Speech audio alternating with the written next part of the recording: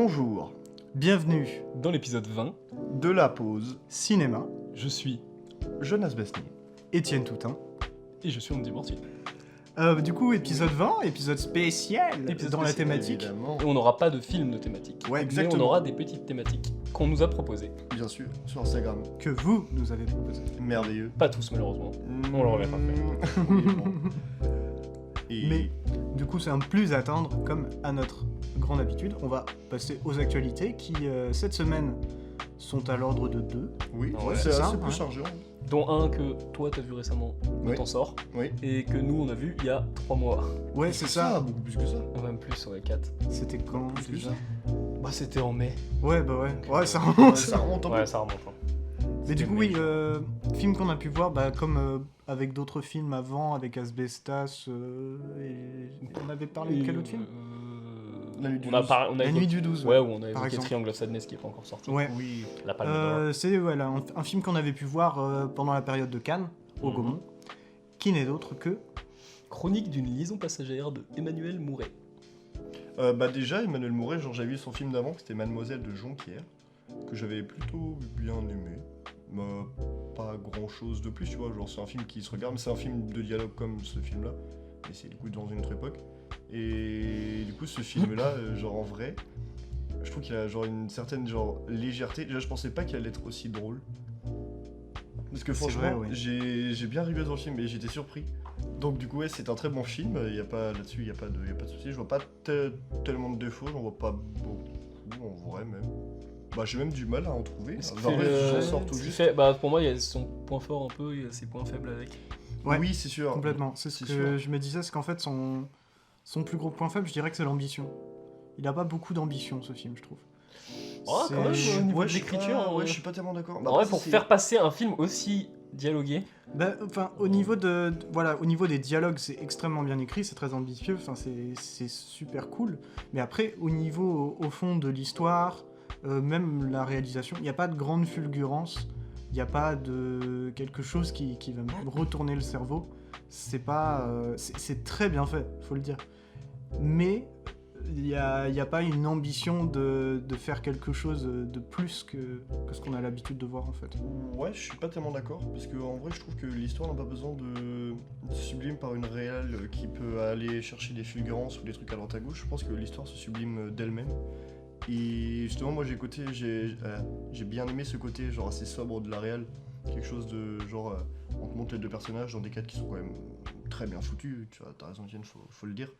Et qui, non, justement, permettent à toute l'histoire et même au dialogue, justement, de s'espacer et de trouver écho, justement, dans le cadre. Et du coup, j'aime beaucoup ce côté-là du film.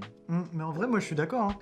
Mais le seul truc, c'est que c'est un choix en fait. Ouais. C'est un choix de réalisation, c'est un choix de scénario, de pas présenter plus en fait.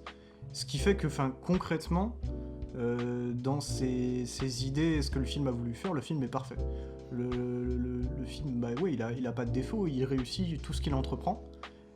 Mais c'est vrai que bah, du coup, ce qu'il entreprend, c'est pas non plus quelque chose de si immense que ça. Et que c'est à peu près la seule critique que j'ai en fait. C'est une critique qui est pas vraiment une parce que j'adore le film. Mais et puis qui soit plus que ça, je sais pas, ça m'aurait pas changé gros. Enfin, je sais pas. Il y avait rien qui me manque.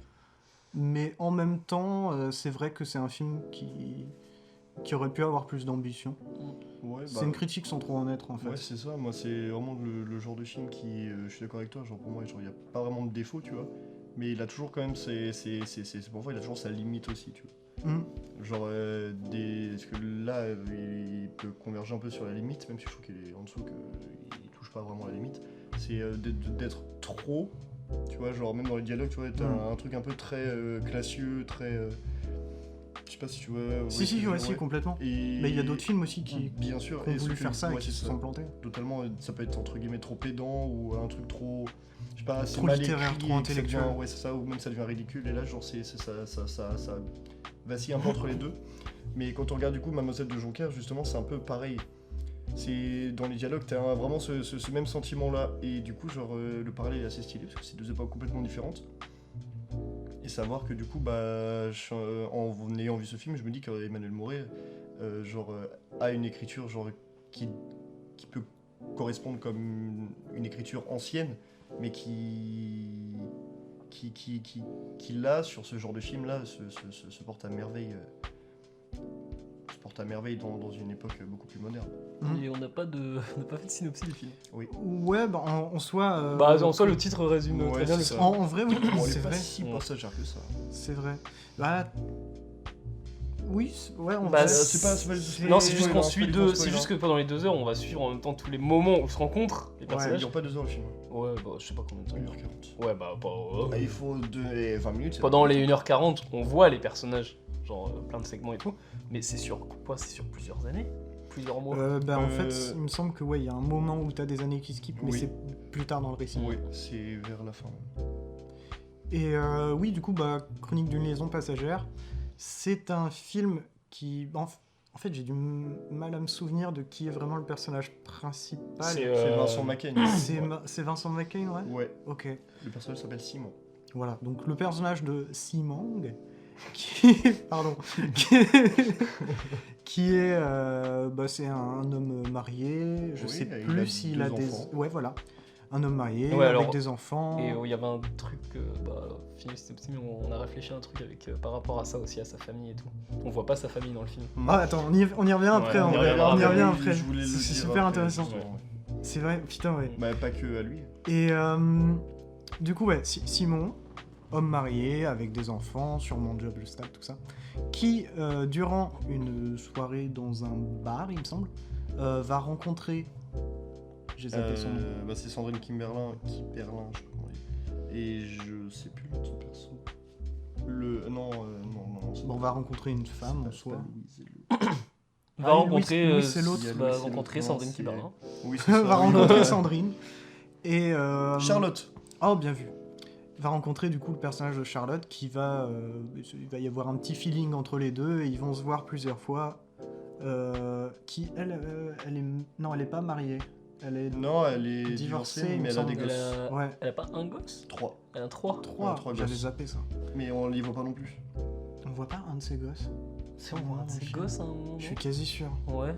J'ai le souvenir moi aussi d'avoir vu un de ses gosses. Ouais. Au moins qu'on entend un gosse. Oui, on en entend. À un moment, elle va le voir, non? ouais, Oui, mais on les ok. voit. À aucun moment on les voit. Ouais, mais c'est important c'est qu'on intéressant. l'entende parce que justement, par contre, avec Vincent McCain, fini donc fini. Le synopsis. Bon, en soi, ils vont surtout, se c'est rencontrer vrai. en dehors de leur relation. Et en dehors du Le film film aussi. va être Marital, chapitré, du quoi. coup, En on dehors va du film être aussi. chapitré en jour, Ouais. du coup, à chaque fois. Donc voilà, Une c'est date. une sorte d'idylle, une sorte de relation. C'est une relation passagère. C'est Ouais. ça, c'est ça. Ouais, la réflexion qu'on s'était fait dans le film, c'est il y a notamment un dialogue entre Sandrine Kiberlin et Vincent McCain qui fait que potentiellement Vincent McCain ment sur un truc de départ. Ouais, non, sur son. Le moment par Passé. exemple où elle part en vacances en Grèce et Sandrine Kiberlin lui dit mais t'as pas bronzé. Genre, Hmm. Et à ce moment-là, moi j'ai commencé, je me souviens, à remettre un peu en question ça. Ce qui fait parce que le personnage de Vincent McCain, c'est un point négatif du film, je trouve pour moi aussi, il s'enferme peut-être dans un perso un peu con. Oui, Un c'est peu vrai, débile. ouais, ouais. Et ça l'enferme peut-être un peu dedans. C'est drôle, c'est le côté très drôle du film Mm. au final, c'est ça son truc. Et tu te dis justement, lui peut-être qu'il avait pas envie de cette relation passagère, il voulait trouver quelqu'un et qu'il a pas à côté quelqu'un. Mm. Mais voilà. C'est là où je disais justement qu'il y avait les limites aussi au récit, donc au personnage également aussi. C'est vrai qu'il y avait ça. Si on prend le prisme en fait de Kim Simon, là le film devient un peu plus tragique et aussi un peu plus Et- beau quoi. Ouais, beaucoup plus. Pour le coup, tu sais, la première critique que j'ai faite, la seule critique du coup, c'est ça manque d'ambition. Mais c'est vrai que sous cet œil-là, en vrai, le film a ce double dialogue Mm. qui est très fort.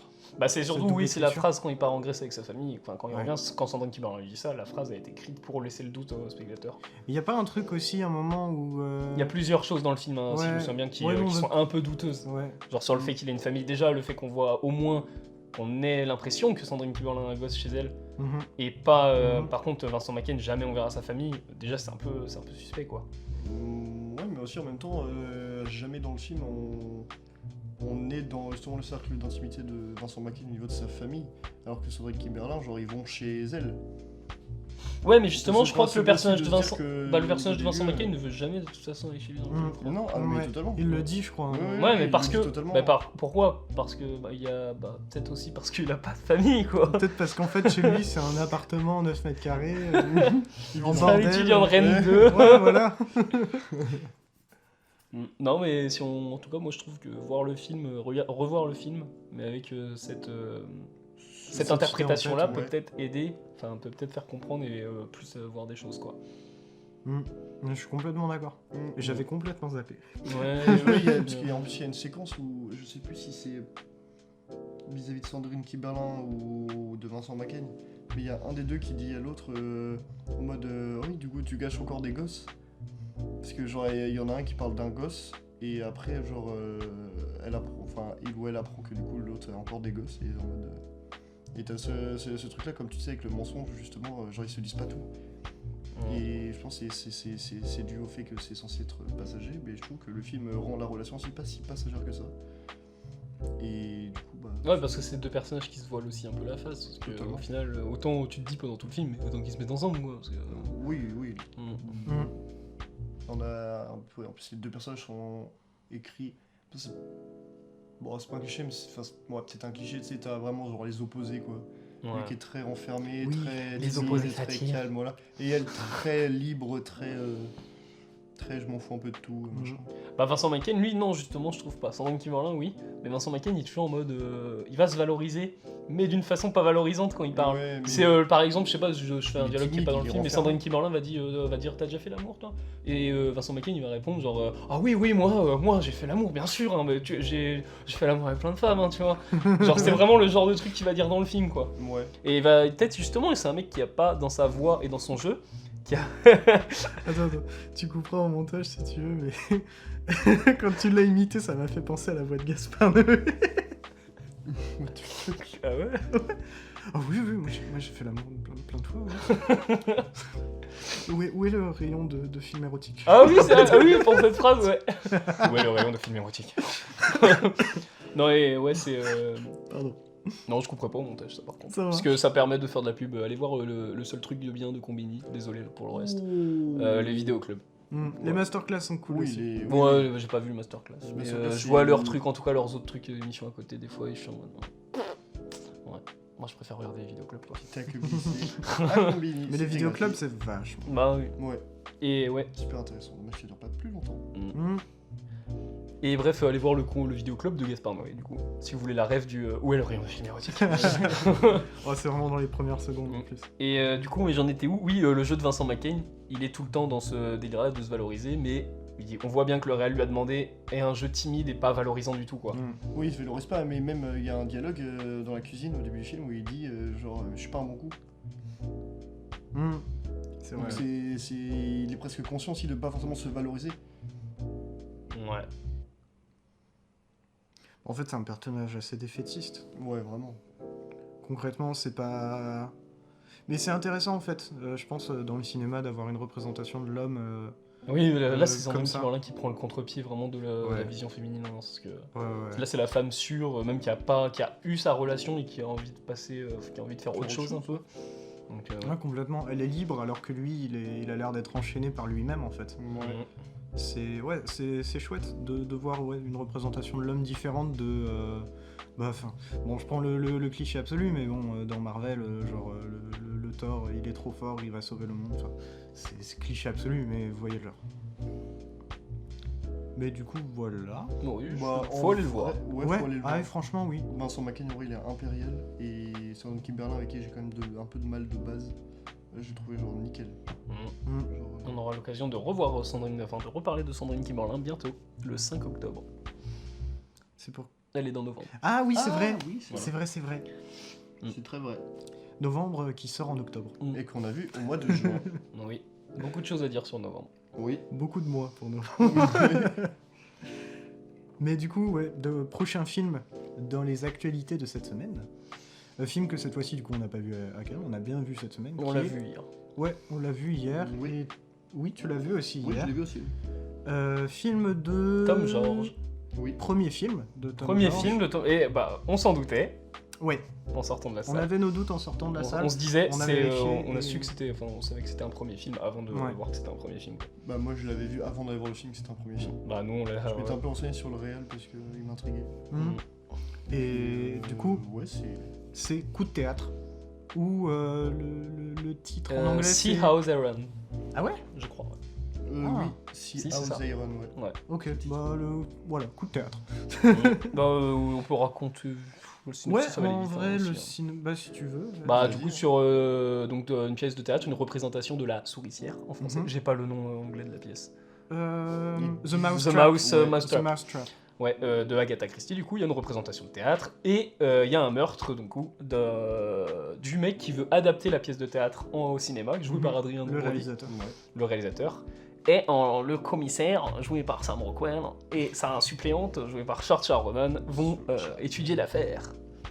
Voilà, c'est un très Ouais. bon résumé. Mm. Petit whodunit. Et le film m'a motivé juste pour Saoirse Ronan, voilà. Parce que j'adore Saoirse Ronan. Je suis d'accord avec toi. Lady Bird. J'aime moins, mais même pour le film d'action Anna, qui est très très très bien. Bah, même les Wes Anderson, The Grand Oui, Budapest aussi, Hotel, oui. The French. Il y a les Non, dans The puis French même- Dispatch, Saoirse Ronan. Oui, je crois. J'ai Sûrement. un doute, Oui, oui. sûrement. Elle a peut-être un petit rôle. Mais même aussi pour Sam il y a Rockwell. tellement aussi. d'acteurs dans. Pour Sam Rockwell aussi. Ah oui, Sam Rockwell. Ouais, le casting est 1000 étoiles. Hein. Ouais, je pense. Oh, il y a un pas. gros casting hein, quand même. Hein. Quand même. Arrête. Vas-y, cite-moi plus que. David Oyelowo. Il a fait quoi d'autre? Mais mec, mais tu te fous de ma gueule ou quoi? Je connais même pas. C'est le mec qui a fait. Non, c'est pas lui qui a joué dans 12 Years a Slave, c'est pas lui, c'est. Merde, bon, bref, il a fait plein de films. Non, j'ai pas de nom. Qui c'est David Oyelowo quand même? Moi non.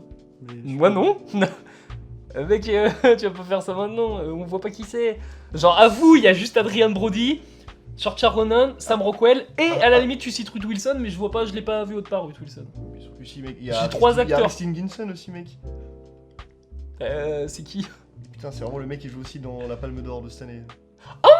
Oh, Harris Dickinson. Oui, c'est ce que j'ai dit. Ah oui, bon, oui, mais Oui, là pour bah, le coup. David Oyelowo, mec. Ouais, il mais est là, pour le super coup, Harris connu, il a fait Dickinson- jouer dans un film qui s'appelle Gringo récemment avec Nicole Kidman et tout. Je sais plus exactement, j'ai pas sa film en tête, mais il a fait plein de films. Il y a le gringo. Mais oui. Ah, c'est un le mec pote à qui Elton, qui est à Hollywood en vrai, David Oyelowo à ses côtés. Hein. Bah, Harris Dickinson, oui, mais à la limite, pas pour son rôle en Palme d'Or, mais il joue dans Les Écrevisses aussi. d'ailleurs. Oui, bon, ça, oui, ça c'est. Ah ouais? Oui. Oui, Sérieux? Mais oui. bah oui. Tu l'as pas reconnu?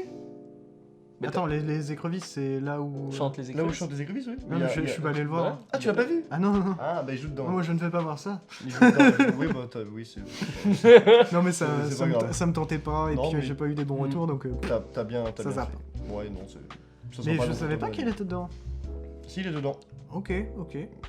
Mais en vrai, je pense que c'est un acteur qui. Maintenant, il est coté. Maintenant, oui. Bah, Mais je pense que tu vois, pour le tournage de ces films-là, il l'était pas encore. Ouais, oui, c'est ça. Harris Bah, Dickinson Ouais. Bon, il va être coté de toute façon, parce que Oui, là, il est dans un bien film sûr. qui a eu la Palme d'Or. Et puis qui même dans ce c'est film-là. incroyable. Mais il est en train de monter. Il est pas encore installé pour moi, mais il commence petit à Mhm. petit à grimper bien comme il faut les échelons. Ouais, bah ouais, je suis d'accord. Ah, Je là, pense donc c'est à- pas une tête d'affiche comme Sam Rockwell, Saoirse Ronan ou Adrien Brody. Bien sûr. encore. Bah, pas encore. Pas encore. Mais pour moi, ça arrivera où il sera. Et puis il va devenir. Mais pour aussi moi. Ou que genre un DiCaprio ou Gosling. Ouais, il y a moyen. Ouais, Il y a pense, moyen. je suis sûr. Hein. Mais pour revenir à coup de théâtre, en vrai, pour moi, la grosse tête d'affiche, et c'est aussi ce qui m'a beaucoup intrigué, c'est que, bah déjà, on va le dire, il y a une réalisation qui est très similaire à ce que peut faire du Wes Anderson, et qui avait Adrien Brody. Alors là, moi, je me suis posé des questions, et je me suis dit, bon, ça m'intrigue quand même. Enfin, un truc qui ressemble autant à du Wes Anderson, avec une histoire de crime, tout ça, t'as Adrien Brody. En plus, c'est montré dans la bande-annonce, il y a un plan qui ressemble à Shining. Je me suis dit, bon, il y a quand même de l'idée, il y a quand même un truc derrière. Et bah, au final, je sais même plus ce que je voulais dire sur le film, tellement il m'a pas tant que ça marqué. Tu vois? Ouais, je vois le truc. Ouais. C'est... Bah, en fait, le truc, c'est que, ouais, je me souviens de m'être dit, bah, il s'inspire clairement de Wes Anderson, mais il n'arrive pas à la cheville de son style et Bah, de sa... Comment on dit de sa minutie. De la minutie d'un Wes Anderson avec le placement de tout dans le cadre. C'est vraiment une imitation. Et même des fois, j'ai trouvé ça très maladroit avec l'utilisation de split screen, qui à des moments c'était à outrance et ça ne servait à rien. Bon, il y a un moment où tu m'avais dit, ouais, bah là, il utilisait beaucoup de split screen. Mais Ah oui, justement, les pour le 4, côté ouais, bah comique. quand ils sortent tous de la salle, Ouais. il y a le côté comique du 4 split screen qui sont juste impossibles à suivre. Mais le truc aussi, c'est que, enfin, ça rentre même pas dans l'esthétique du film. Je repense aussi à un moment, il y a, je sais plus ce que c'est, mais il y a un objet qui vole au milieu du cadre. Et t'as genre 3 split screen. Donc, qui Oui, le apparaissent. cocktail Molotov. Ouais, et ça c'est bien un truc que je verrais, genre, je sais pas, dans un Tarantino ou... Ouais, un Tarantino, en vrai, c'est ça qui me venait en tête. Mais là, ça sort un peu de nulle part. Mais parce qu'il a mixé, je pense, il y a du Wes Anderson dedans, mais vu que c'est un premier film, il a voulu mixer Ouais. ses influences. De toute façon, ouais, c'est surtout de ça dont on parlait, c'est un petit peu cherche la référence cinématographique dans le film. Enfin, c'est devenu un peu ce jeu-là avec ce film-là. Et...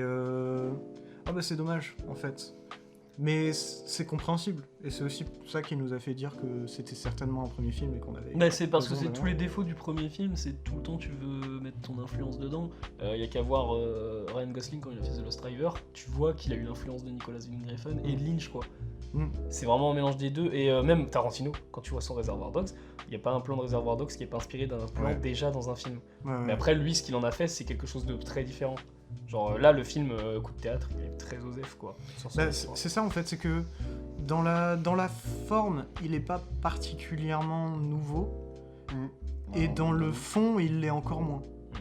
Moi, il y a certains trucs quand même que j'ai bien kiffé, et c'est son auto-caricature. J'aurais aimé qu'il reste sur l'auto-caricature à la limite des trucs. Ouais, je suis d'accord, le Parce côté que méta. le côté, par exemple, le storyboard qu'on voit à un moment de la Ça, c'était dernière, chouette. l'une des dernières scènes, où ça serait con de mettre 3 semaines plus tard, et t'as un carton 3 semaines plus tard qui apparaît.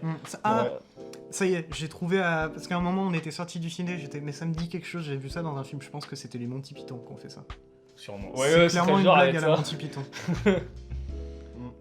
Ou un truc à la Edgar Wright aussi. Edgar Wright il ferait bien ça, je pense. Ouais. Je sais pas s'il l'a fait.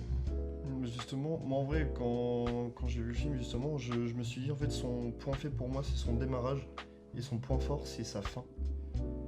Ouais, mais c'est parce que ils le disent dans le film, les spectateurs se souviennent que des 20 dernières minutes du film. Mais j'arrive même pas, même les 20 honnêtement, dernières je trouve que minutes. là, ce film-là, ça se fait c'est super bien. Parce que j'entends pas mal de gens le comparer à Couteau tiré. Et je suis pas tellement d'accord parce que à Couteau tiré, moi j'ai retenu les 2 heures. Ah, parce Et là, pour moi, le moment où il y a des fluences, c'est les meilleures séquences, c'est les 20 dernières minutes. Non, parce qu'à Couteau tiré est bien écrit, bien réel. Et, Oui. Et t'as que des têtes d'affiche dans Couteau tiré, c'est ça le truc. Ouais. Parce que c'est ça l'intérêt de faire un huis clos d'une enquête, c'est vraiment là pour le coup de foutre des persos très connus.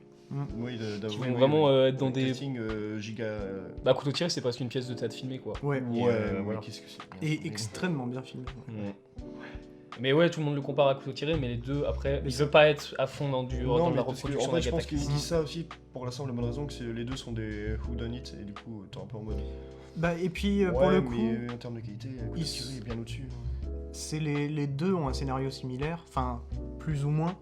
Bah, un peu Dans plus- les grandes lignes. Ouais, c'est ça, un peu plus méta du côté. Mais Couteau, pour moi, surtout, le truc qui va arriver sur le truc à couteau tiré, c'est que à couteau tiré, déjà, a une esthétique, pas dans la réalisation à la Wes Anderson, mais avec, je pense, au costume, au décor. On est sur un truc qui est très coloré par rapport à plein d'autres films qui sortent actuellement. C'est très vrai. Et coup de théâtre, pardon, c'est la même chose. Enfin, t'as aussi des costumes très colorés, mais enfin, d'où aussi le rapprochement avec Wes Anderson, avec les couleurs pastel et tout ça. Ouais. Mais du coup, voilà, pour moi, c'est Moi, c'est ça. pas un quoi. mauvais film, mais osef. Ouais, j'ai kiffé le regarder, mais bah il y a des trucs, c'est dommage quoi. Moi, je trouve ça sympa, sans plus. Un peu de mal à démarrer. Puis, Oh, quand ça démarre, après, ça se regarde. Il y a quand même une scène qui m'a... J'étais pas content. Il y a une scène qui m'a rendu pas content. C'est la scène de course. Non, Non. c'est la scène... Ah, les Shining. Ouais, c'est la scène du rêve. Parce que concrètement, à un moment, il y a un personnage qui ok. délire et du coup, il y a une séquence de rêve.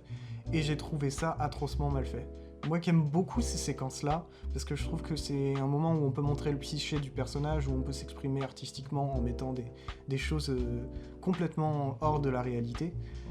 Et là, c'était d'un manque d'originalité fou, que ce soit dans les visuels et dans les influences et dans le montage. Le Dans les montage, transitions, ouais, c'est ce que j'ai dit. Oh la vache, le montage est mauvais. Transitions, le montage, je l'ai trouvé très mauvais dans cette séquence. Avec, ça essaye de faire cet effet saccadé, un peu à la... Il me semble que c'est... Ouais, c'est Park Chan-wook. Non, c'est Wong Kar-wai. Wong Kar-wai. Wong Kar-wai qui... Avec ce côté très saccadé de 12 frames par seconde. Mais ça le fait, mais en coupant grossièrement dans la pellicule, quoi, c'est... Ouais. Ouais, je suis un peu d'accord. Et puis même, dernière critique, le moment de la référence à Shining, le dialogue ne sert à rien, cette séquence ne sert à rien. En fait, toute la séquence de rêve ne sert à rien. Oui. Elle ne montre rien. C'est vraiment juste pour le délire de on fait une séquence de rêve parce que c'est stylé. Et ça me fait chier parce que c'est des séquences auxquelles on reproche beaucoup souvent, oui. Beaucoup souvent. On reproche souvent à ces séquences d'être... c'est un peu la facilité, en fait. Et là, pour le coup, c'était vraiment la facilité vide. Et ça m'a déplu. Et ouais, c'est bien que tu parles de ça, de la ref Shining, parce qu'on peut parler d'autre chose dans le film, c'est les références par contre qu'il y a. Les références. Il y en a beaucoup. Moi, Que j'en ça ai pas vu tant que ça. Bah si, il y a même des refs, il y a 2 ou 3 refs à Hitchcock, facile. Ouais. Il y en a une que j'aime bien, il y a une blague Putain, j'ai plus le nom de l'actrice. Grace Kelly devait jouer dans un film Hitchcock, oui. Le casting était presque parfait, tu vois. Ah oui, d'accord. Et non, il y a plein de références dans le film. C'est pas Ouais, des c'est références qui m'ont vraiment sauté aux yeux. Bah c'est un jeu cinéphile qui est agréable, Mhm. mais c'est bien quand il y a un jeu cinéphile. Bah Tarantino lui fait un jeu cinéphile qui est agréable. Ouais. Parce qu'il y a aussi un film original derrière, quoi. Dans le sens qui- original, genre qui est... qui- Ouais, Et- oui. C'est aussi un jeu cinéphile qui est plus cinéphile que ce jeu-là. Enfin, Mm. Tarantino, il va quand même chercher loin des fois. Ouais, Mais c'est quand même différent, quand même. Je pense que comparer les deux en termes de cinéphilie. Non, mais je compare les deux C'est- parce que Reservoir Dogs, c'est un jeu cinéphile aussi. hein. Oui, Et mais puis il y a je veux aussi dire, clairement pour moi une inspiration de Tarantino dans Coup de théâtre. À certains moments, je me sentais vraiment le côté Tarantino. là. Mais du coup, voilà. Bah Ouais, oui, bah, moi je c'est- n'aurais pas de choses à On dire. ferme les rideaux sur Couteau de théâtre. Et on ne vous Couteau de révèle pas, théâtre. on ne vous révélera pas qui a Sur tué. Couteau de théâtre T'as dit couteau de Oh théâtre. merde Elle est bien. Elle est pas mal du tout. Un couteau de théâtre. Un couteau de théâtre. Et ouais, bah du coup on va retracer les petites actualités de Rennes. Oui. Et déjà, petite chose juste avant, petite introduction. Il faut du coup réserver sa place pour Avatar, qui Mhm. ressort en salle à partir du 25 septembre. Non, 21, je me suis gouré en plus. Du coup, à partir du 21 septembre, Avatar en salle, en 3D, dans les salles Dolby 4DX au Gaumont. Mhm. Voilà, c'est mieux la Dolby. hein. Et Allez partout voir les en Grands France, Bleus. hein, c'est partout en France.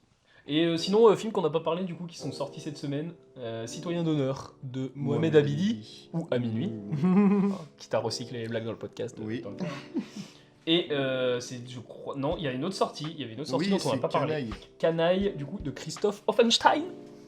Ça m'intéresse pas du tout, ça. Bah ouais, c'est avec José Garcia, mais José Garcia maintenant il fait plus de choses très Ouais, oui, c'est ça. Puis non, plus Donc bon, il vieillit aussi.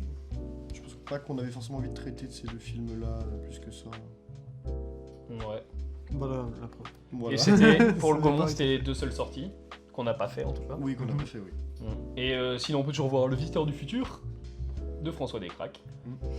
Everything Everywhere All At Once, qui se tape toujours quand même un bon nombre de séances par jour. Ah, ça Ça, fait c'est cool. plaisir. Ouais. Ça fait plaisir. Et Revoir Paris, que je ferai pas, je pense. hein. De Alice Winocourt. Oui. Alors, la dégustation. Quoi, tu veux dire un truc sur la dégustation? Non, pas du tout. La sur, dégustation. le Gaumont, il repasse Patient de Grand Corps Malade. Ah oui, j'ai vu, ouais. C'est fin septembre. Et Ouais. Du coup, Oui, le 24 septembre. 24 septembre. En VF C'est- sous-titré. C'est semaine prochaine, pardon. Et il y a toujours Compromat, il y a toujours Top Gun Maverick. Est-ce qu'un jour ce film va partir on me demande. Ah, c'est comme encore au TNB. Ah ouais, non, mais là, Top Gun Maverick, il fait vraiment bon. Là, là commence à y avoir plus que 2 séances par jour. Et c'est Quand même. 4DX Dolby. Mais non, là normalement il devrait plus. Ah, être, c'est pour le juste à cause festival du festival. Ah. Là, c'est les dernières semaines. Bah, là. du coup, il y a le festival 4DX et Dolby Donc aussi. d'ici mercredi, Top Gun Maverick ne sera plus au cinéma. Une époque qui se termine. Ouais. Ouais. Chronique d'une liaison passagère, évidemment. Il fallait pas. Oui. Spider-Man No Way Home version longue. C'est Attention. que Festival 4DX, donc Ouais, bah, c'est lié au Gaumont à Rennes. Oui, mais Voilà. À ne pas. Enfin, À ne pas n'hésitez voir. Ne payez pas une place. ne payez pas, oui. Allez plutôt voir Nope. Nope de Jordan Peele, mais qui lui, du coup, a plus beaucoup de séances. Non, bah je pense d'ici mercredi, il n'y a plus. Hein. Non, il en a une lundi. Oui, bah du Ah coup, oui, il est d'accord. d'ici mercredi. Ouais, d'ici mercredi. Puis Ouais. Il y a toujours, avec amour et acharnement, de Claire Denis. À voir absolument, chef-d'œuvre de l'année. Immonde bouse. Et non, par contre, là, sûrement l'un des chefs-d'œuvre de l'année. Oui. 3000 ans à t'attendre de George Millet. Georges Millet. George Millet. Non, George Miller. Et qui part sûrement mercredi prochain. Ouais, c'est donc il possible faut aussi. le voir. Il faut le voir en salle. Chef-d'œuvre d'écriture. Je me sens visé. Tu l'as toujours pas. Non, je l'ai toujours pas merde. vu. Oh mec, il part mercredi du cinéma. Oui, mais j'irai le voir. Et là où chantent les écrevisses, toujours dispo aussi, qui fait beaucoup d'entrées. Tu hein. dois aller le voir aussi. Non, je rigole, c'est une blague. Mais tu peux Et pour le festival Dolby, du coup, ça sera, il y aura The Batman et Dune en plus. Toujours. Voilà. Et les promesses d'Hassan qui repassent au machin. De Semi Kaplan-Oglou. Voilà. Et j'ai fini pour le Gaumont. C'est parfait. Et du coup, on va pouvoir passer à l'Arvor. Parce qu'il Oui. y a 2 films à l'Arvor dont on n'a pas parlé, Oui. qui sont sortis cette Ah, semaine. oui. Et du coup, c'est Tout fout le camp, Feu follet. Et d'ailleurs, non, en fait, il y a 4 films. Ah bah d'accord. À propos de Johan, il est passé la bande-annonce passée au Gaumont, Bien. et elle est pas passée au final. Ouais, dommage parce que le film a l'air vachement quali. Quoi, Ouais. à propos de Johan C'est pas un film avec Isabelle Huppert. Non, je crois que c'était avec... Non, attends, je vais vérifier parce que... Mais ouais, j'ai vu la bande-annonce et c'était pas Ok. mal. Non, c'est avec Laure Calamy, mais je sais plus, c'est... Et il y a aussi Feu follet, qui a l'air cool. Voilà. Tout fout le camp, Feu follet. Et 107 Mother. Ou 107 Mothers. Ok. Voilà. Et pour le TNB, on n'aura que Chronique d'une liaison passagère. Y'a que ça. Ah non, c'est Isabelle Huppert, t'as Ah, raison. ouais. Non, c'est Isabelle Huppert. Isabelle ouais. Huppert. Voilà. Donc il y a Isabelle Huppert dans pas dans Tout fout le camp du coup, mais dans Un propos de Johan. C'est ça. Mhm. Et puis du coup, il y a... À l'heure où le podcast sort, pour ne pas changer les habitudes, il y a... Rashomon de Rashomon. Akira Kurosawa. qui passe à l'Arvor. Voilà, peut-être le gros chef-d'œuvre de Akira, enfin le film qui a le plus influencé tout le monde, Rashomon. Mm. Parce qu'il a fait que des chefs-d'œuvre, hein, Kurosawa, mais bon, c'est son, ouais, c'est con. C'est son Évidemment, film somme. voyez-le en salle, Entre guillemets. si possible. Mhm. Dommage pour ceux qui ne pourront pas. Ouais. J'ai un chat dans la gorge. J'ai un seum dans la gorge. Et non, sinon bientôt il y a le festival Première au Gaumont. Oui. Et là, du coup, il y a un paquet de films qui il y vont en a passer. 10. Bon, c'est pas la semaine prochaine. Mhm. Non, c'est pas la semaine prochaine, c'est la semaine d'après. Ouais. Bah, du genre Tempête de Christian Duguay. Triangle of Sadness. De Ruben Triangle of Sadness. Ou il y a encore L'Innocent de Miguel aussi. Oui, de toute Enfin, façon, il y en a un on paquet. redira tout Ah oui, dans l'ordre putain, l'innocence, c'est trop la semaine prochaine. Voilà. Et bah, je pense avoir fini pour les actus. Mhm. Bah, Je c'est crois très pas en bien. avoir d'autres. Du coup, Bah, On du coup, peut- on va passer aux petites thématiques Thématique qu'on nous a special. proposées. Bon, on a eu des fois des petits trucs, on sait d'où ça vient, hein, évidemment. Oui, bien sûr. on vous a reconnu. On vous a reconnu et on va parler de deux en même temps d'ailleurs. Les deux, on va même faire un truc, on va mixer même les deux. Ok. Al Pacino et Donnie Darko. Alors Oui. comment tu veux mixer les... Ouais, je me le Je suis demande. curieux. Moi aussi. Vous saviez pas qu'Al Pacino avait joué dans un film de Richard Kelly? Ah, Non, c'est pas vrai. Moi, je me disais bien, il y avait une couille dans le côté. moi, je sais pas, j'ai pas vu tous ces films, donc... C'est Non, pas lui et qui a oui. fait Starship Trooper. Non, Non, c'est Verhoeven. Non, c'est comment il s'appelle le film, c'est Verhoeven. dans la même veine. Non, pas Verhoeven, je sais. Southland Tales. Merci. Ouais. Avec The Rock. Je l'ai pas vu. Verhoeven. C'est dit comme l'un des meilleurs rôles de The Rock. Donc, voilà. Ah ouais. C'est pas sûr. En même temps. C'est gratuit. C'est vrai, bah, en même temps, dans les gens qui sortent du catch, No t'as pain, vraiment no t'as gain, l'opposition no de gain. Dave Bautista et John Cena. The Rock. Bah quoi, John Cena, mais il a fait quoi récemment, John Cena? Mais calme-toi. Il a fait quoi récemment Dave Bautista? Oui. Blade Runner Ah. 2049. Ouais, mais Dune. ça commence à dater. mon pote. Dune. Ah oui, Dune, oui, pardon. Un couteau tiré 2 bientôt. Villeneuve. Oui, non, mais d'accord, c'est bon, arrêtez. Bon, et The Rock, il a fait quoi, vas-y? Ta gueule.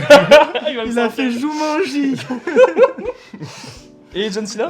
Attends, j'ai une blague. John Furious 10. J'ai une blague. J'ai une blague, mec. Jumanji ici. Tu vois, genre il a creusé la tombe. Jumanji ici. C'est pas top, c'est ça. Elle est bien, moi, je l'aime bien. Sérieux? Bah non, fais mieux.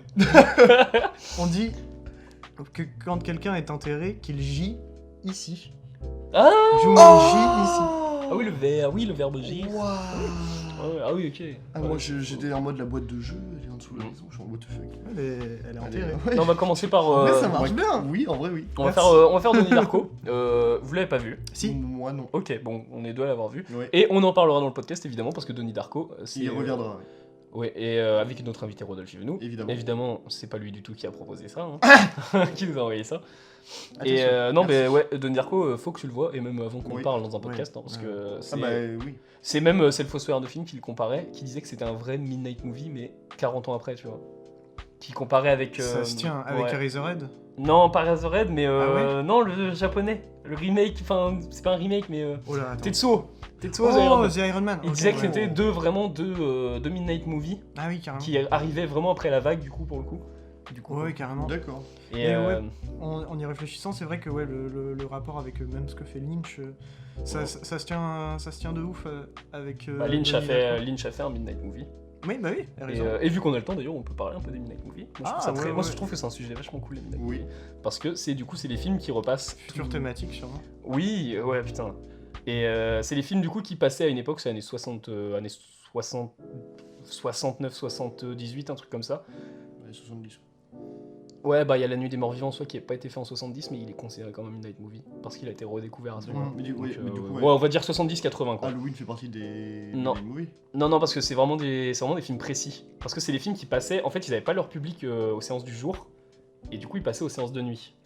T'as les 7 plus connus, je pourrais même pas tous les citer, mais t'as Pink Flamingo de John Waters.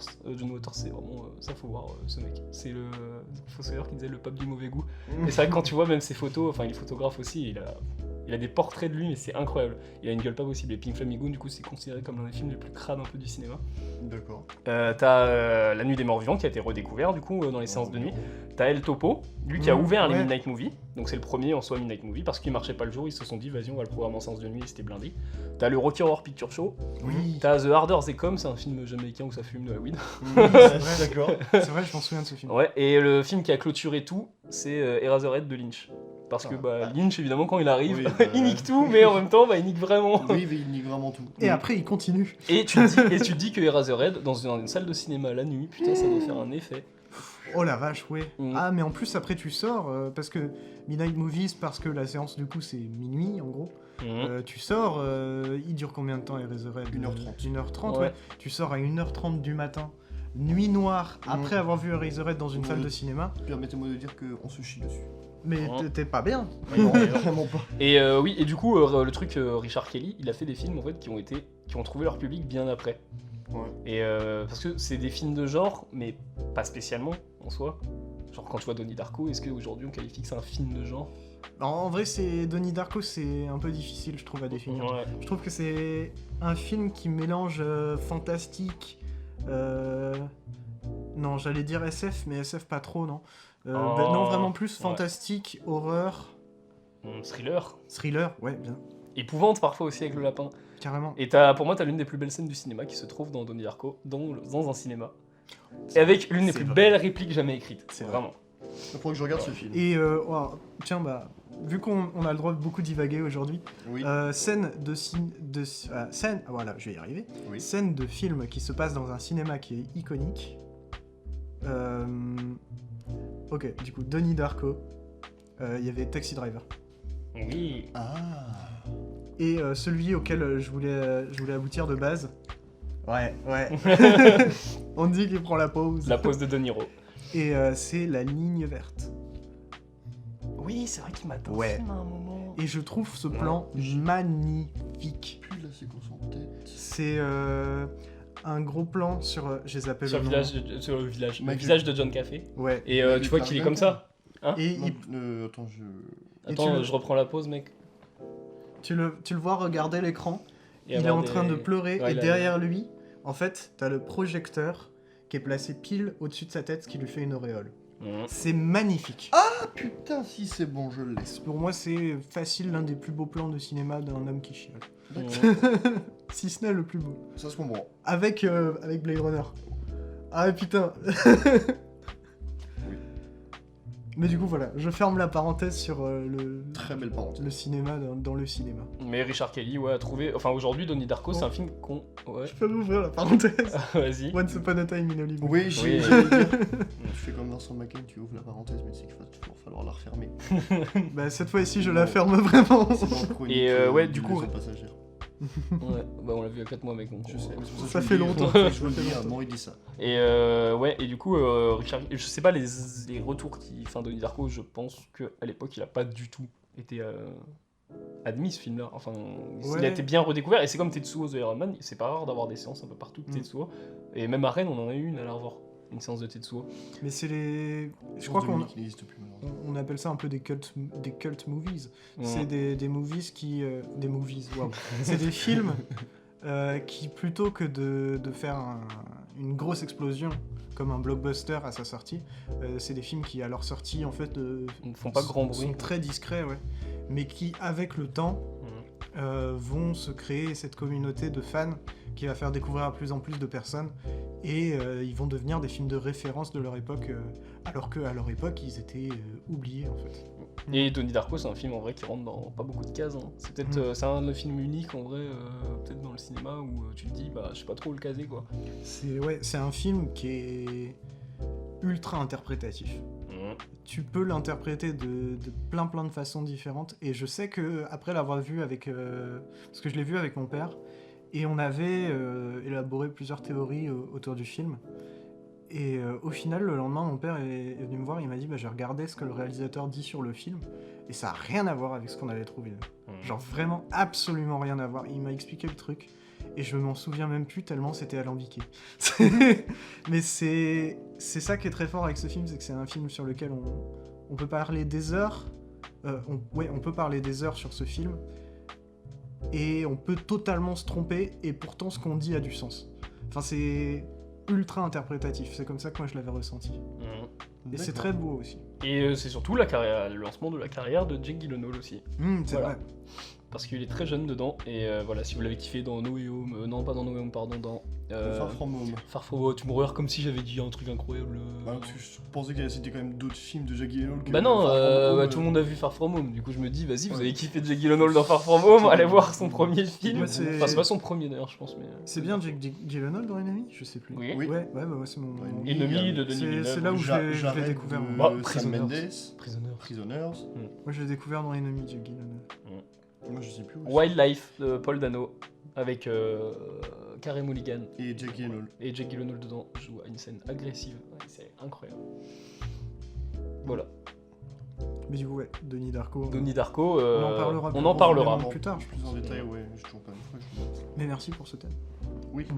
Merci, Merci, on ne sait pas qui. Pardon. Rudolph. Et par contre, on va parler aussi d'Al Pacino, Oui, c'est qui vrai. a un ouais. rapport du coup avec Richard Kelly. C'est Ah que, ouais. ouais. C'est qu'ils travaillent tous les deux dans le C'est cinéma. que Al Pacino est le fils de Richard Kelly. N'importe quoi. Ça ferait que Richard Mais Kelly est c'est- très vieux. Mais Richard Kelly, Richard mais- Pacino.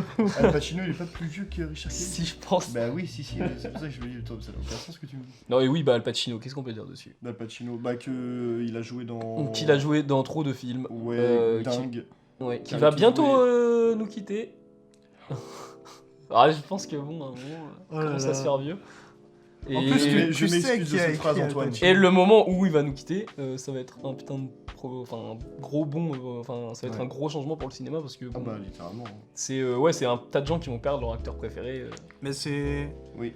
toute une génération pour le coup. Ah bah là, oui, franchement, oui. Mais c'est une figure du cinéma comme ont pu l'être certaines personnes avant qui. Incontournable. C'est plus aujourd'hui, quand tu regardes Pulp Fiction, tu vois les serveurs dans le restaurant qui sont habillés En icône, ouais, qui sont en icône. Marilyn Monroe, les services, des Voilà, trucs comme ou ça. Ouais. en Elvis, tu vois. Mhm.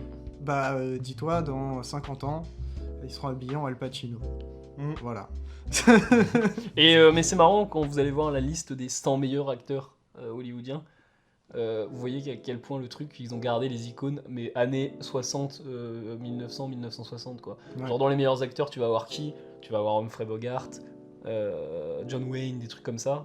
Les acteurs de Hitchcock, par exemple. Ouais. Tu vois Grace Kelly côté femme, Mhm. ou Audrey Hepburn, des trucs comme ça. Et il n'y a pas d'acteur récent, et tu te dis, je suis même pas sûr, je sais même pas si Al Pacino est dans le top.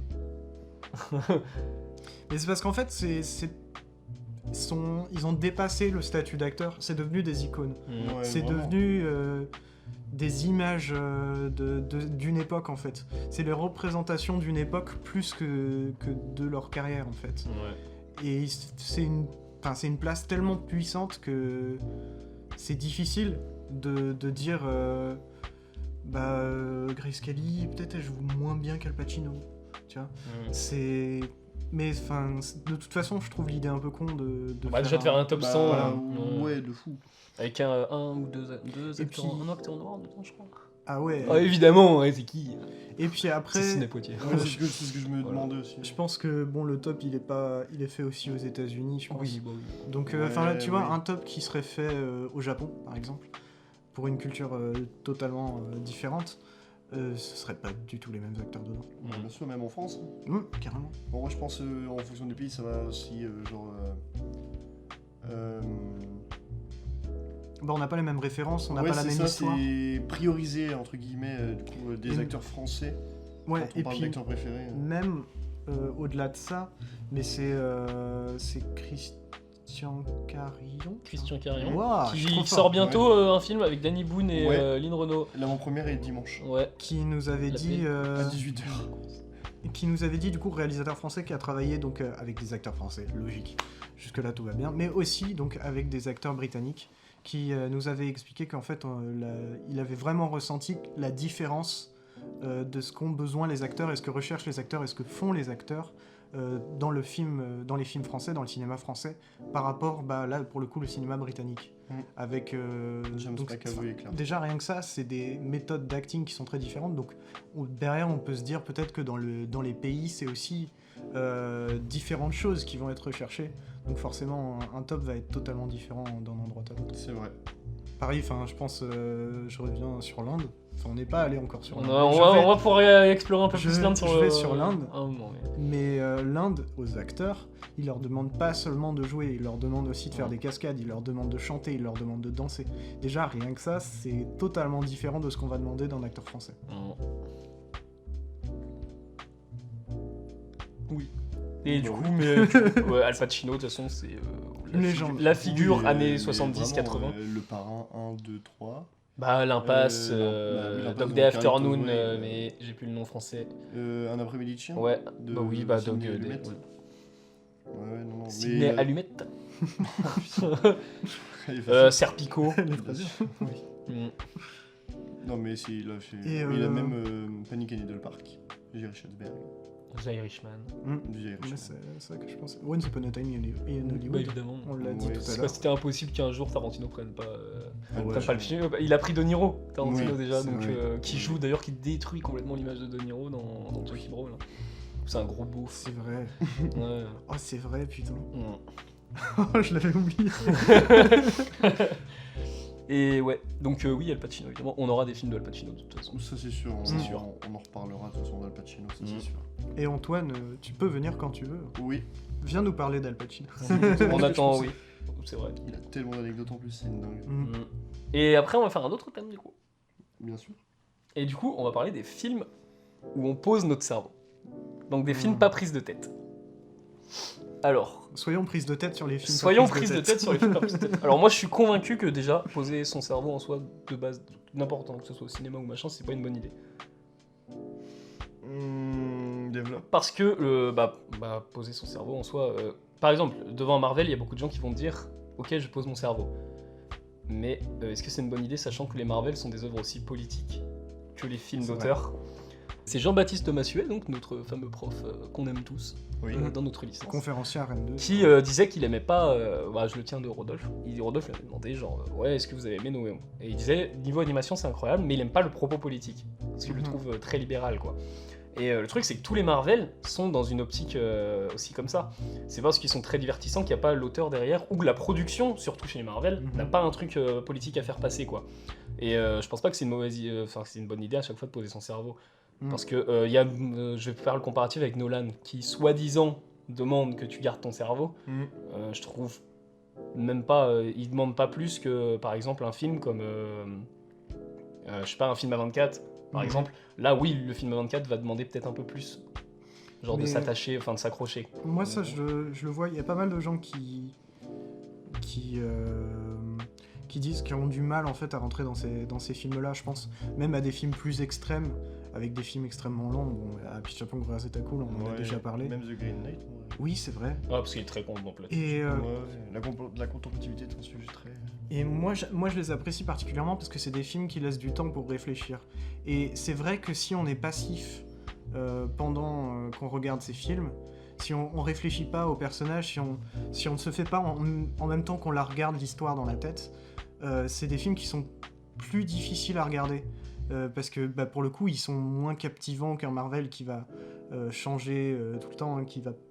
Mais en même temps, ils offrent des informations plus riches, mais qui prennent plus de temps à être amenées.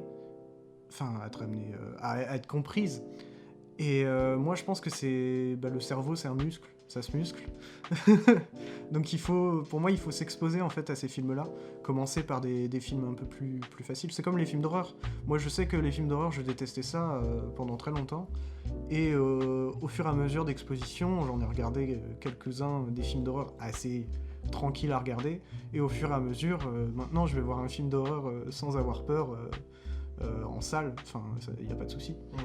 Après, moi, genre, quand on parle de films sans prise de tête, je pense vraiment surtout à essayer d'enlever tout esprit critique. Et moi, j'aime bien ce concept-là.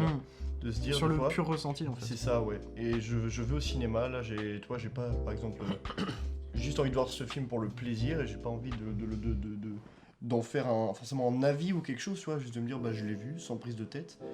Et j'étais content de l'avoir vu, tu vois, genre je passais un bon moment, j'étais content. Et ça m'a fait ça avec Eternals, de Marvel. Où celui auquel je pense, je l'ai vu en Dolby 3D et justement j'étais super bien, le moment était super good, tu vois, super cool. Moi j'ai deux, enfin en vrai 3 films, mais je vais dire 2 films qui me font penser à ça. C'est récemment c'était Top Gun Maverick, qui pour le coup, lui je trouve que c'est un film qui propose beaucoup de choses, mais qu'en même temps on peut regarder assez aisément sans prise de tête. C'est sûr. Et autre film du coup, Happy Feet. Oh, George Miller. Happy Feet 1 et Happy Feet 2 du coup. Ouais. Qui pour moi sont des films incroyables. Je suis d'accord. Sur lesquels on pourrait analyser chacun des trucs tellement c'est des films qui, sans mauvais jeu de mots, qui glissent. Le jeu de mots est rigolo. Mais et c'est des films qui sont vraiment pas prises de tête, qui sont faciles à regarder, on passe un super moment devant et qui pourtant sont tu peux les analyser, ils sont parfaits. Mais parce que mais là le truc c'est que c'est des grands spectacles qui font les deux, qui arrivent à réunir une qualité, genre pour le coup ceux qui poseront pas leur cerveau trouveront leur compte, et ceux qui vont le poser entre guillemets vont trouver leur compte de divertissement. Et c'est pareil pour Everything Everywhere at Once, en soi c'est ça qu'ils ont réussi les Daniels. Et Mad Max Fury Road en soi elle est aussi. Alors, c'est un grand spectacle, mais là pour le coup bizarrement c'est les gens qui posent leur cerveau d'habitude ne l'ont pas fait durant Mad Max Fury Road. Parce que c'est là où on a entendu le plus de Mad Max Fury Road, des critiques de gens qui aiment bien par exemple les blockbusters, qui ont dit bah ouais mais c'est un truc c'est une course poursuite de 2 heures et c'est pas bien, genre c'est pas intelligent comme film. Mais alors que là pour le coup ils ont pas posé leur cerveau devant ce film là. Ouais, en vrai, je pense qu'on pose jamais notre cerveau, c'est juste qu'il y a des films où les gens ne voient pas forcément. Poser le cerveau est une expression. Non, sans blague. Si. Mais oui, donc ce que tu dis, c'est non, que mais tu le prends au mot là. Les gens veulent. Non mais les gens veulent en gros poser leur cerveau devant des films, mais non ils le font même pas, ils le font jamais en soi, parce que c'est débile. Tu serais vraiment, tu poses l'expression, tu poses ton cerveau, c'est-à-dire tu te déconnectes complètement devant un film. C'est pas vraiment ça. Si, pour moi si. Pour moi c'est pas ça. Parce que pour moi c'est juste. Parce qu'il faut changer d'expression. C'est vraiment t'enlèves vraiment l'esprit critique et tu te bases juste sur un avis. Sûr que non, il y a des gens qui veulent poser leur cerveau, mais qui vont te dire qu'à un moment le film est nul. Parce qu'ils ont quand même analysé le film à un moment aussi pour dire que c'est nul. Il y a des gens qui n'aiment pas poser leur cerveau. Mais c'est c'est pour ça que je te dis justement, j'en reviens au fait qu'on pose jamais son cerveau devant un film. Oui, en vrai, objectivement. Il y a des films aussi qui pour moi portent plus à ce repos ou cette passivité en fait. Avec, je pense aussi à, malheureusement que t'as pas encore vu, Forrest Gump, pour Mm. moi, c'est un film qui est une... Pour moi, c'est un film qui a une narration tellement parfaite qui t'emmène de A à Z d'une facilité déconcertante. Ouais. Et ce qui fait que, ouais, devant Forrest Gump, Tu peux poser ton cerveau. tu te reposes devant, en fait. Et tu passes juste un bon moment à découvrir cette histoire merveilleuse. Et ouais, Forrest Gump, voilà. On voulait, si on voulait au moins un film sur lequel on peut reposer son cerveau, Mhm. qui est pas prise de tête, tout ça, Forrest Gump. Voilà. Ça, c'est fait. D'accord. Mais en même temps, c'est pas forcément vrai maintenant que j'y pense. Bah, Il y a plein de trucs aussi dans Forrest Ouais, Gump. le truc c'est que on pose jamais notre cerveau devant n'importe quoi, vraiment on analyse tout, même dehors. En soi, Ouais. tu regardes un truc, Bah ouais, en vrai, tu te déconnectes jamais vraiment. le seul vraiment moment où tu peux te déconnecter en soi, mais du coup c'est un peu triste parce que du coup tu te déconnectes en même temps de ce que tu regardes. C'est quand par exemple tu mets un film ou un truc en fond, en général des films que tu as déjà vus, Mm. ou même des séries, et que tu fais autre chose en même temps. Bah ouais. Et là du coup ouais c'est ça le truc, c'est que du coup ouais, c'est sûr que c'est détente parce que t'as le C'est en fond fond sonore sonore, et ouais. tout, ouais c'est ça. Mais du coup ouais tu te déconnectes carrément du film et presque tu le regardes même presque même plus en fait. Mm. Après, moi ça m'arrive de mettre des trucs en fond que j'aime bien et tout, et genre je les regarde tu vois, du coin de l'œil, donc je les regarde quand même, j'écoute toujours, mais je fais des trucs en même temps. Donc t'es pas pleinement dans le film, mais d'un côté c'est détend, tu vois, ça détend. Mm. T'as ce petit fond sonore et du coup t'as pas t'as pas ce silence tout machin. Tiens, Non, j'ai c'est un, cool. un truc auquel je viens de penser. Moi, ça me fait ça aussi, bah, du coup, avec des films, ça me fait ça avec des jeux. C'est que, pour le coup, il y a des films, vous allez me dire oui, pareil, je le sais, que ça fait des années que je veux les voir, et ça fait des années que je repousse, parce que à chaque fois que je me dis, tiens, je pourrais peut-être mater un film ce soir, je vois le film, je me dis, ah non, C'est pas le ça moment. pour le coup, c'est pas le moment. Mm. C'est peut-être trop prise de tête. Je veux peut-être un truc plus léger. Et au final de ces soirées-là, je passe plus de temps à chercher le film qu'à regarder des films. Ça m'arrive tous les jours. Ça m'arrive vraiment tous les jours. Hein. Mais c'était sûr. Mais oui. Et oui, ouais, en fait, faut le dire, et ça me fait ça du coup, comme je disais aussi avec les jeux, il y a des jeux où je me dis non, il faut que je fasse ça bien. Si je veux regarder ça, il faut que je le fasse bien, il faut que je me mette dans la bonne ambiance, il faut que je sois prêt à accepter ce que le jeu, ce que le film va me montrer. Et c'est vrai que ouais, il y a des films, pour le coup, où on peut dire, ouais, c'est des films qui prennent la tête, rien que pour Oui. les regarder. Il faut être dans un état d'esprit. Non, Oui. mais si les gens voulaient vraiment un film sur lequel poser son cerveau, autant les faire voir du Razeta Cool. Mm. Parce que là, pour le coup, il te fait un film. Mais si, parce qu'il te fait un film avec un plan d'une vache qui dure 3 minutes, Pour moi, ouais. et t'es en mode, bah voilà, tu veux pas réfléchir, bah mec, regarde une vache Mais- pendant 3 minutes. Mais en même temps, Voilà. Et En même le plan est fixe, y a rien. En soi, bon, y a rien à analyser, c'est faux. Oui, Mais c'est- pour quelqu'un, oui. imagine, qui a pas envie de réfléchir, c'est parfait un Razeta Cool. tu c'est vois. très Ouais, mais intéressant. ouais, mais C'est parce que, en vrai, Razeta Cool, c'est un cinéma que tu peux énormément analyser, aller chercher toutes les petits trucs de culture, tout ça. Mais en même temps, et c'est ça que je trouve super intéressant, c'est un cinéma de méditation. C'est un cinéma où tu peux clairement Ouais. rester devant en mode, bah, je sais pas ce qui se passe, mais Tu- t'as une ambiance et puis. Tu peux mettre un film de Razeta Cool, te poser devant et le regarder juste en te concentrant sur ta respiration, et je pense que c'est un super moment de méditation. Ouais, mais après, je pense que la plupart, entre guillemets, du grand public va très vite se désintéresser de Ouais, ça. oui, bien ouais, sûr. mais parce Le que ça, c'est que les contemplatif gens. étant, entre guillemets, presque un mot tabou Bah, parce que dans ouais, mais- aux yeux du grand public. En vrai, c'est pas le problème de la contemplation, là, c'est le problème du rythme de montage qui a évolué au fil du Mm. temps. Genre, les premiers spectateurs de cinéma sont habitués aux plans fixes et à des plans qui durent longtemps. Aujourd'hui, maintenant, c'est tellement surcuté Ouais. que dès que t'as un plan fixe de 3 minutes sur machin, genre, peu importe ce qui se passe dans le plan, les gens vont se faire chier. Mais d'ailleurs, je me demande comment est venu le fait de surcut. Genre, quel est l'intérêt Quel a été l'intérêt le dans un blockbuster. film Ouais, mais quel est l'intérêt même pour le blockbuster d'avoir des surcuts, mec? C'est Marvel que qui ça- amène ça, mec. Mais Tu non, regardes, mais- Mad Max Fury Road a aucun moment c'est surcuté. Bien sûr que si. C'est... Mad Max Fury Road, Mais parce que pour Mad moi, Max Fury Road c'est le un fait bon bien, il l'utilise bien. Pour moi, c'est film. Moi, je l'effet... trouve pas, j'ai pas l'effet surcut dans Mad Max Fury Road. Bah, c'est pas surcut dans le sens péjoratif, mais quand t'as par exemple, quand il tire son levier de vitesse, t'as un mec, t'as 4, 5 Ouais, mais là, dans ces presque cas, en 3 ouais, secondes. non, là, c'est pour moi, c'est un plan de dynamisme, comme peut faire par exemple Edgar Wright. Mais c'est Ouais, ouais, mais- mais c'est ok, ça que les Pour moi, Marvel c'est pas veulent du faire. surcut là. Mais c'est ça que les Marvel veulent faire et que tout le cinéma veut faire, c'est dynamiser le truc alors que des fois il l'est pas. Oui, mais Il a pas à être faut dynamique. que Marvel arrête de faire du cinéma. Simplement. Marvel ne fait pas de cinéma. Disney fait du cinéma avec Marvel. Disney ne fait même plus de cinéma. Bah si. Pixar quand même. Tu oses me dire que Pinocchio c'est du. Ah oui, pardon, my bad. Ah, Pinocchio c'est pas du Bah cinéma. non, mon Pinocchio pote, c'est pas du cinéma, mec. Il est pas sorti en salle. Mais du coup, Oh moi, là. j'ai ma petite théorie de pourquoi on est arrivé sur du surcutage. C'est parce que on arrive sur du surcutage stroboscopique. Donc pour moi, c'est un truc qui en fait est un flash stroboscopique. Bah c'est excite Ça ton va œil. déjà ça, et ça va attirer ton attention. Tu vas pas le lâcher. C'est comme si, tu vois, t'es en cours, imaginons, et il y a un mec qui joue avec sa montre, avec la lumière, et qui fait ta, il te met des petits coups de lumière dans les yeux. Bah tout de suite, ton œil, il va aller regarder ça. Bah là, c'est la même chose, sauf que c'est sur un grand écran. C'est bam, bam, bam, bam, bam, dans ta gueule. D'accord, ouais, je vois le truc. Mais Et c'est. du coup, tu lâches pas l'écran. Ouais, d'accord, ouais, c'est juste un effet de. C'est ma théorie. d'impression. Mais en vrai, elle est super intéressante. Bah, et- c'est- elle non, ouais, est c'est- même C'est très pour juste, capter je trouve. l'œil. En trouve fait, qu'elle tu est vois, très c'est le contraire de Where's Cool, c'est le meilleur exemple.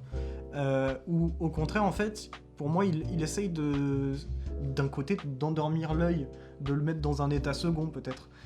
Ce qui est aussi super intéressant, je trouve. C'est même très Mais, juste. tu vois, Michael Bay, c'est pas du tout ce qu'il veut faire. Si ton œil, il s'endormit, si ton œil, il s'endort, c'est qu'il a raté son job. Non, On sait Michael que t'as Bay, pas dormi pendant 3 jours. Michael Bay, il veut te garder. Ah oui. Il veut pas te lâcher. Il le fait Et bien. bam, bam, bam, il t'envoie ça à la gueule. Du coup, en vrai, je trouve que ta théorie super juste. Mais je recite le Fossoyeur, il disait que justement, il y a des scènes aujourd'hui qui ne sont pas dynamiques et qui vont être surcutées pour te donner une illusion de dynamisme. Alors que des fois, bah, par exemple, le Ghost Story, la scène de la tarte de 4 minutes, elle aurait été surcut, peut-être que les gens l'auraient plus accepté, tu vois. Mais Alors qu'elle est quelle- merveilleuse. Elle aurait qui- perdu son sens. Elle aurait Ouais, perdu son sens en fait, totalement, parce que ouais. elle est pas censée être dynamique cette scène-là. Totalement. C'est genre une destruction assez lente, quoi.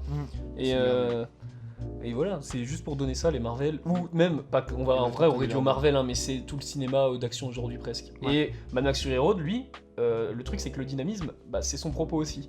Donc normal qu'il surcut, entre guillemets, tu vois, mais c'est pas du surcutage, c'est juste, une rythmique que En fait, lui est censé avoir.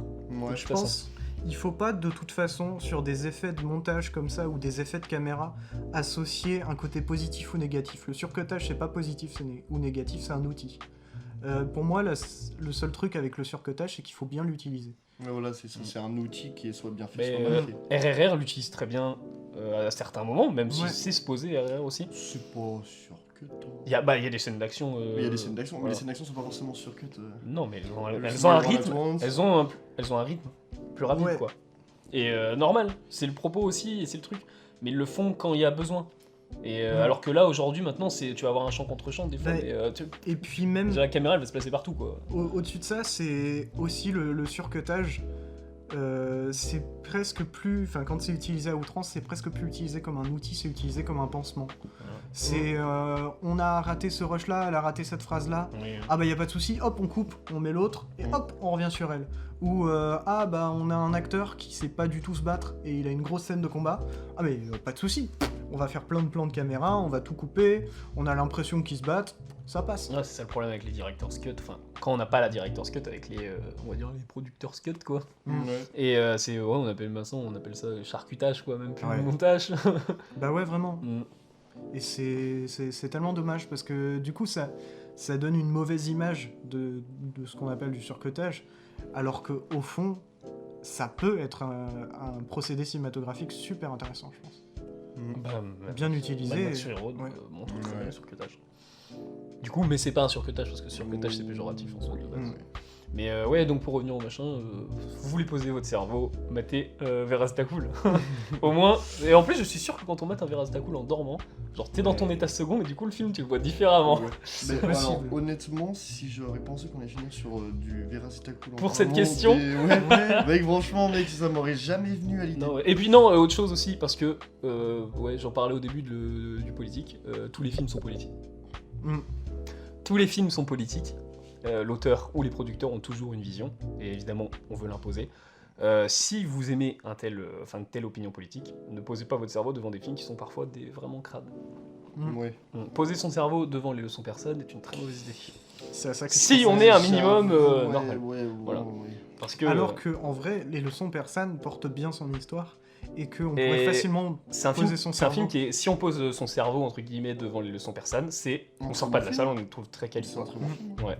Et par contre, quand on voit un peu le truc, et au pire, même si on n'est pas spécialement dans l'analyse filmique, c'est pas grave, parce que il y a justement, et là c'est l'intérêt, il y a beaucoup de gens qui disent aujourd'hui les critiques ça sert à rien, machin et tout, mais non, ces gens-là justement sont là pour réfléchir un peu à ce qu'il y a derrière le film et comment ils le racontent. Mhm. Parce que maintenant on entend tout le temps oh, le critique a défoncé mon film, t'aimes pas. Tiens, moi j'avais Mais un... on peut aimer un film sans qu'il soit bon, ou le Bien sûr. contraire. Ouais. Évidemment. Moi, il y a un film que j'aime énormément, et on va voir un de ces films bientôt, Christian Duguay qui a fait Tempête. Ah, putain, Genre, il a fait Christian Duguay, il a fait Planète Hurlante quand j'étais petit, je le matais et tout, je l'ai rematé. Le film est vraiment pas ouf, quoi. Il est vraiment, c'est une série B Ouais. fauchée, quoi. Mm. Et j'aime toujours autant. Donc, bon. C'est Et ça. je pense qu'on peut aimer des films qui sont même parfois un peu crades et tout. On peut aimer Les Leçons Persanes, en vrai, très quali à regarder si on réfléchit pas aux propos politiques, quoi. Et moi Les couleurs. j'aimerais bien rajouter un truc sur... c'est un argument qui sort souvent, surtout dans le milieu de l'art, quand on s'y intéresse, mais pas trop. C'est l'idée de... tu sais, l'exemple, souvent, c'est l'écrivain écrit « les draps sont bleus ». La prof de français, oui, ça représente la tristesse, tout ça. L'écrivain, non, les draps sont juste bleus. En gros, au début, je comprenais cette idée-là, même à un moment, je l'ai supportée, mais au fur et à mesure que j'avance dans l'art, plus je me dis, non, c'est pas possible. En fait, quand t'écris quelque chose, quand tu fais un film, quand tu fais de la musique, tu peux pas ne pas mettre de volonté, tu peux pas ne pas mettre quelque chose de toi dedans, et du coup, l'analyse, la critiquer en la ramollissant à juste du surintellectualisme sur de l'art, je trouve ça tellement dommage, et c'est vraiment passer à côté de ce que c'est vraiment l'art. Non, et puis tout est fait, de toute façon, tout est réfléchi sur un film. Le verre posé Surtout dans sur machin. un film. La binouse fait sur fond vert est réfléchi aussi. Ah ouais, mon Dieu, putain. Et quand j'ai vu ça, vraiment, j'ai pété un câble. Mais c'est réfléchi quand même, il y a des gens qui l'ont dessiné et tout. Oui, mais comment tu dis. Putain, mais. J'ai pas envie de réfléchir à ça. frère. Mais bon, Une bière en fond. voilà. En tout cas, pour moi, il faut jamais poser son cerveau, même s'il y a des films qui le permettent, qui font les. Tu peux poser ton cerveau devant des films très quali. Pour moi, ça peut quand même être une expérience relaxante, Oui. ça fait plaisir. Mm. Dans ton bain, tu regardes un petit film tranquille. Voilà. Ça se tient. Avec une binouse. Oui. Ouais. Une binouse en fond 3D. vert. Alors, ensuite, on va parler de quelque chose qui, par contre, qu'on va faire bientôt, du coup, je pense aussi. Ok.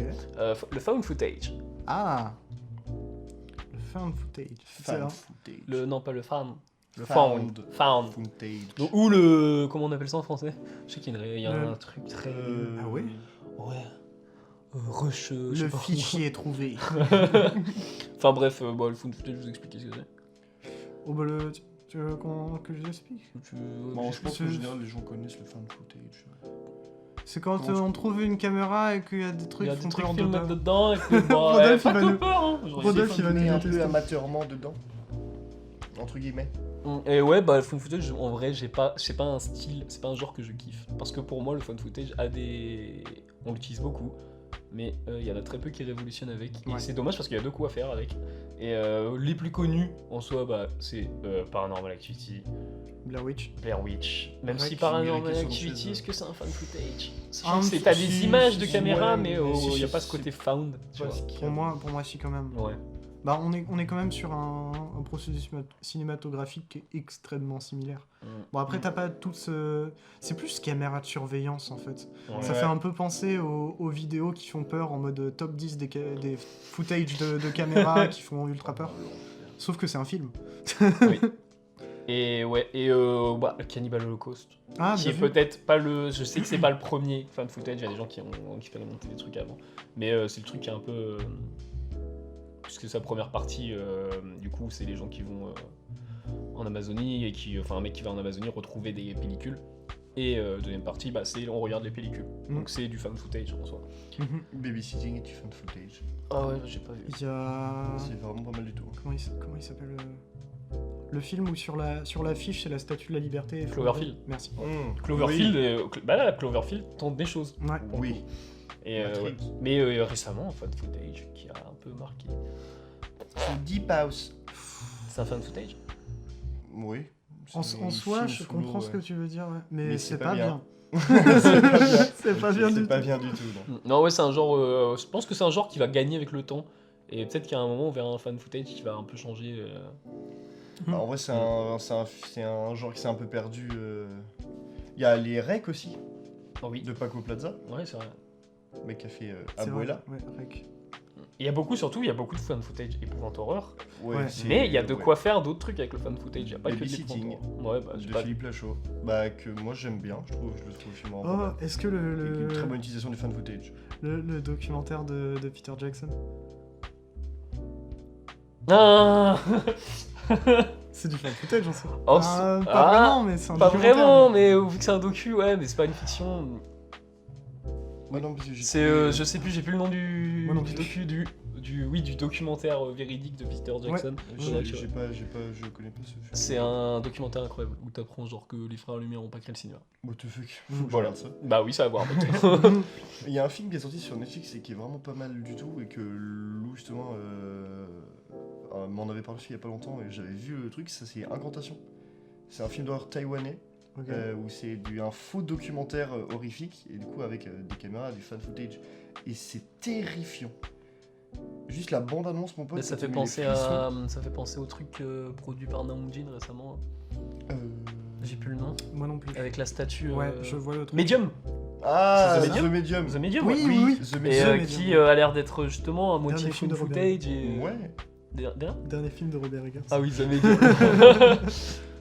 Et ouais, non, celui-là j'ai pas vu aussi, il faut que je regarde The Medium parce que c'est un film de cette année en plus, donc si je peux Bah, le mettre dans oui, mon non, top ouais. si jamais il est ouf. Bah, Incantation est un film de cette année aussi. Ah ouais Ouais. Et il est sorti sur Netflix. De Ouais. Stanley Kubrick. Stanley Kubrick. J'ai- Quelle tannée celle-là. Ouais. Et bah, j'ai pas grand chose de plus à dire sur Fan Footage. À part Bah, qu'on aura le thème. On- Le fan footage, en vrai, voilà, c'est une thématique pour moi qu'il faut qu'on garde pour quand Rodolphe reviendra sur le Ouais. podcast parce que c'est On quelque va chose qui développer le un peu passionne. Et Donc, parce qu'en même temps, à une époque aussi, c'était ça a explosé le fan footage. Après, Bah, ouais, ouais.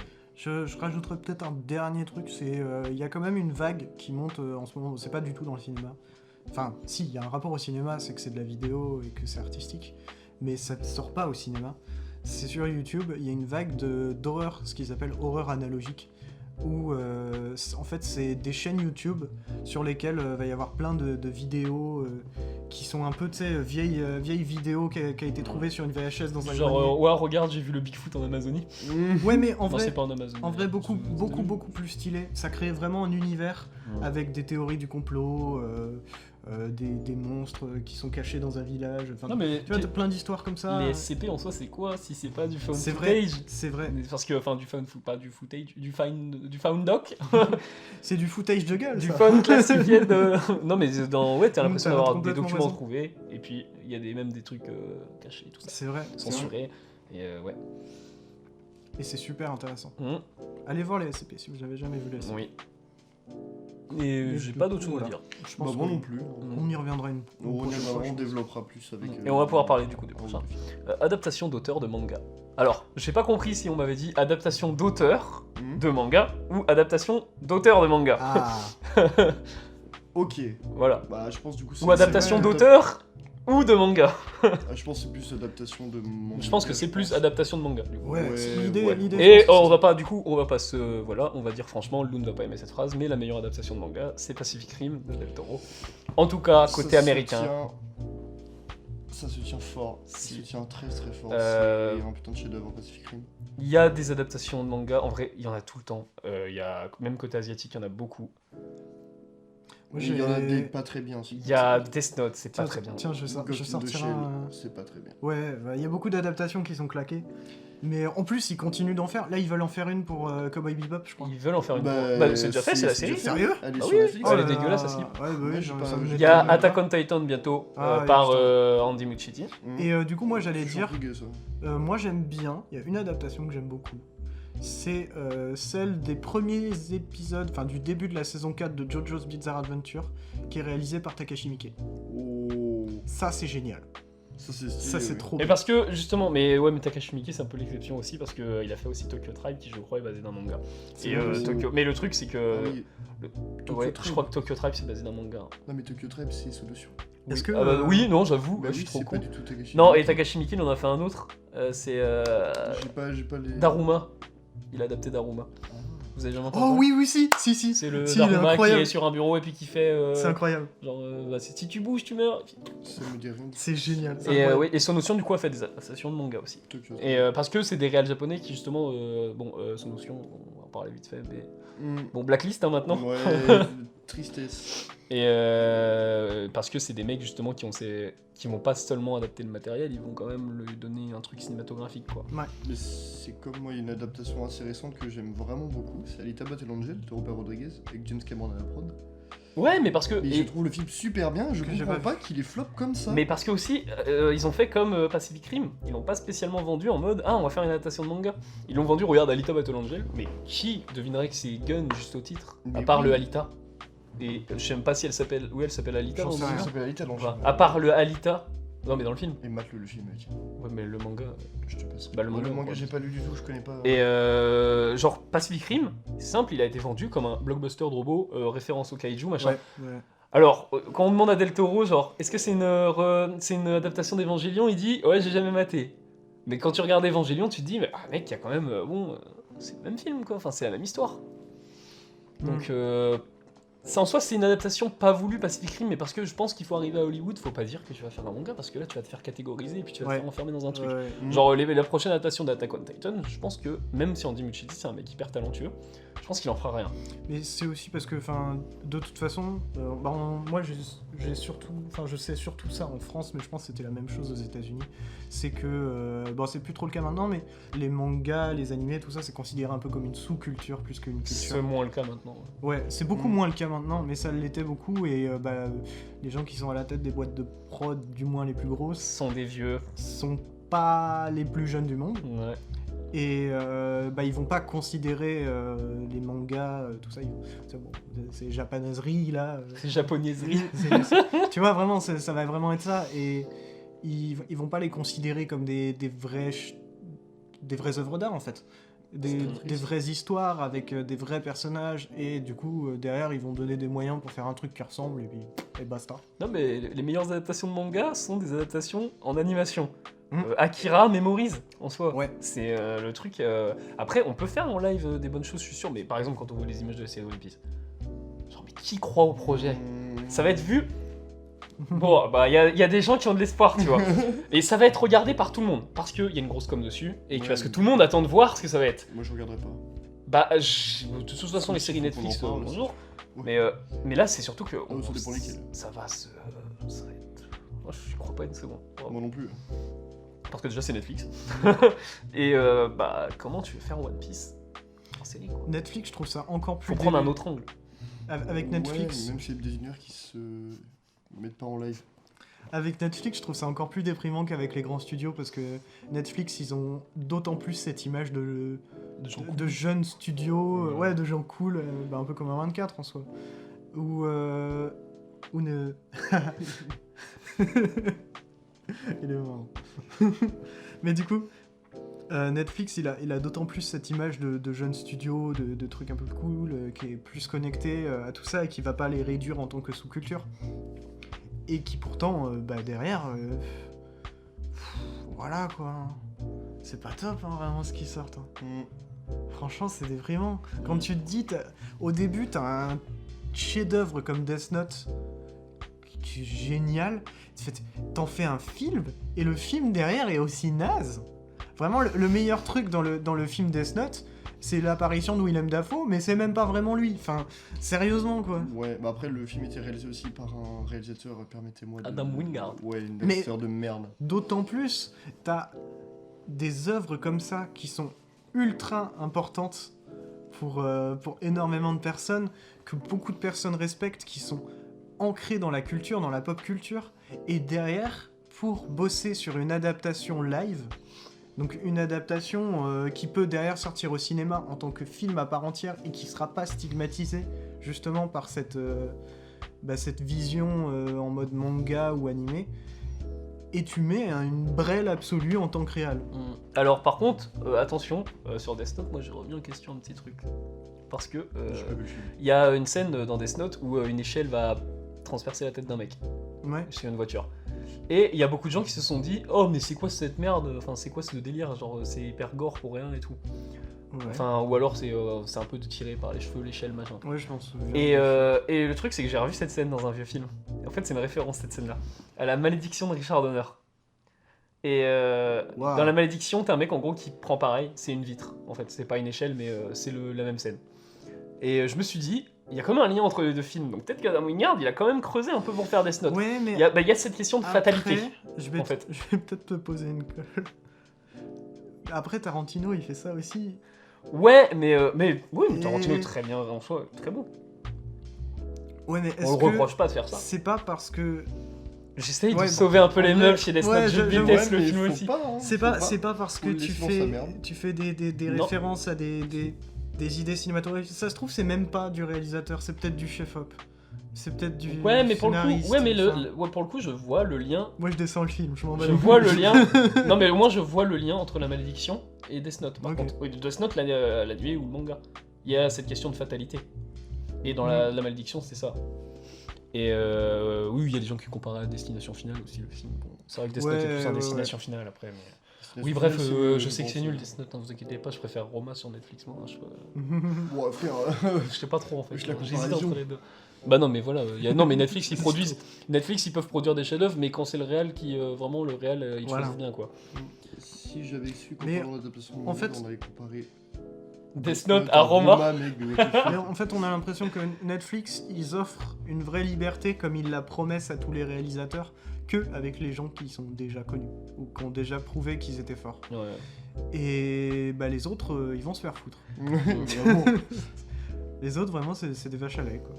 Le pire, c'est que c'est la fois de Death Note qui a quand même été un succès. Hein. Genre même le Dragon Ball Evolution qui a été un succès. Oh putain. Et Oh, la tu vache, regardes, j'avais les oublié meilleurs celui-là. films justement adaptés de manga sont toujours les plus gros flops adaptés de manga. Bah Pacific Rim n'est pas adapté d'un manga, mais ça a été un flop. Ouais, Bon, voilà. Alita Battle Angel c'est un flop tellement que du coup la suite a été remise en question et Et c'est annulée. con. Et c'est triste parce que putain, qu'est-ce que c'est un bon film. Oh, moi, Il j'avais y a des un- défauts quand même à Alita Battle. Ah oui, mais bien sûr, le film est pas parfait du tout, mais franchement, il est super cool. Hein. Moi, quand je l'ai vu au ciné, j'ai passé un plaisir monstre. Je connaissais ni le manga, je connaissais rien du tout. Et non, le film, Bah non, même en pour tant que un- film, il est super quali. Pour l'instant, en Il y a fait. Christophe Valls en plus. Ah Faut voir. ouais. Hein Ouais, non, le casting Christophe le casting est très bon. Ouais, mais il joue comme une tange dans Alita Battle Angel, c'est un gros défaut de Alita. hein. N'importe Si, quoi, si. mais arrête. Ah, mais Christophe Valls C'est toi la tanche. Non, mais Christophe Waltz, des fois, il joue pas bien. Hein. Faut voir son carnage de Polanski, hein. Vraiment, c'est une horreur son jeu. Hein. Alors, Il peut-être, est mais- bien dans. Quand il a Rifkin investi. Festival. Moi, j'adore dans Django Unchained. Dans Rifkin, j'ai pas vu moi. Bah, mais moi, je dans- l'ai vu. Django Il y a Unchained, une seule séquence. Hein. Django Unchained, j'adore Christophe Waltz, Il a y a goût. pas de souci. Mais alors, par contre, carnage de Polanski, mec, c'est un melon, quoi. Vraiment. Je sais pas quoi dire, quoi. Après, en vrai, Il c'est joue- ce qui est- Ouais, ce qui est J'ai envie de rigolo, dire, que c'est j'aime pas le- grave. Parce que c'est un film de Polanski. Oui. Ouais, mais j'aime bien carnage. Oui, de toute façon, on peut aimer. Voilà.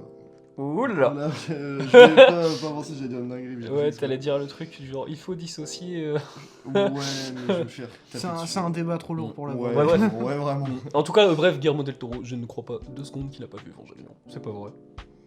Bah, surtout Voilà. il a sûrement la collecte chez lui. enfin. Bah, il a dit, de toute façon, il avait le coffret, il Ah l'avait oui. jamais ouvert. Ouais, bah il a mis en streaming quoi, et puis c'est bon. oui. Mais faut arrêter, genre. Il était En sur soi, je Telex. n'ai pas menti.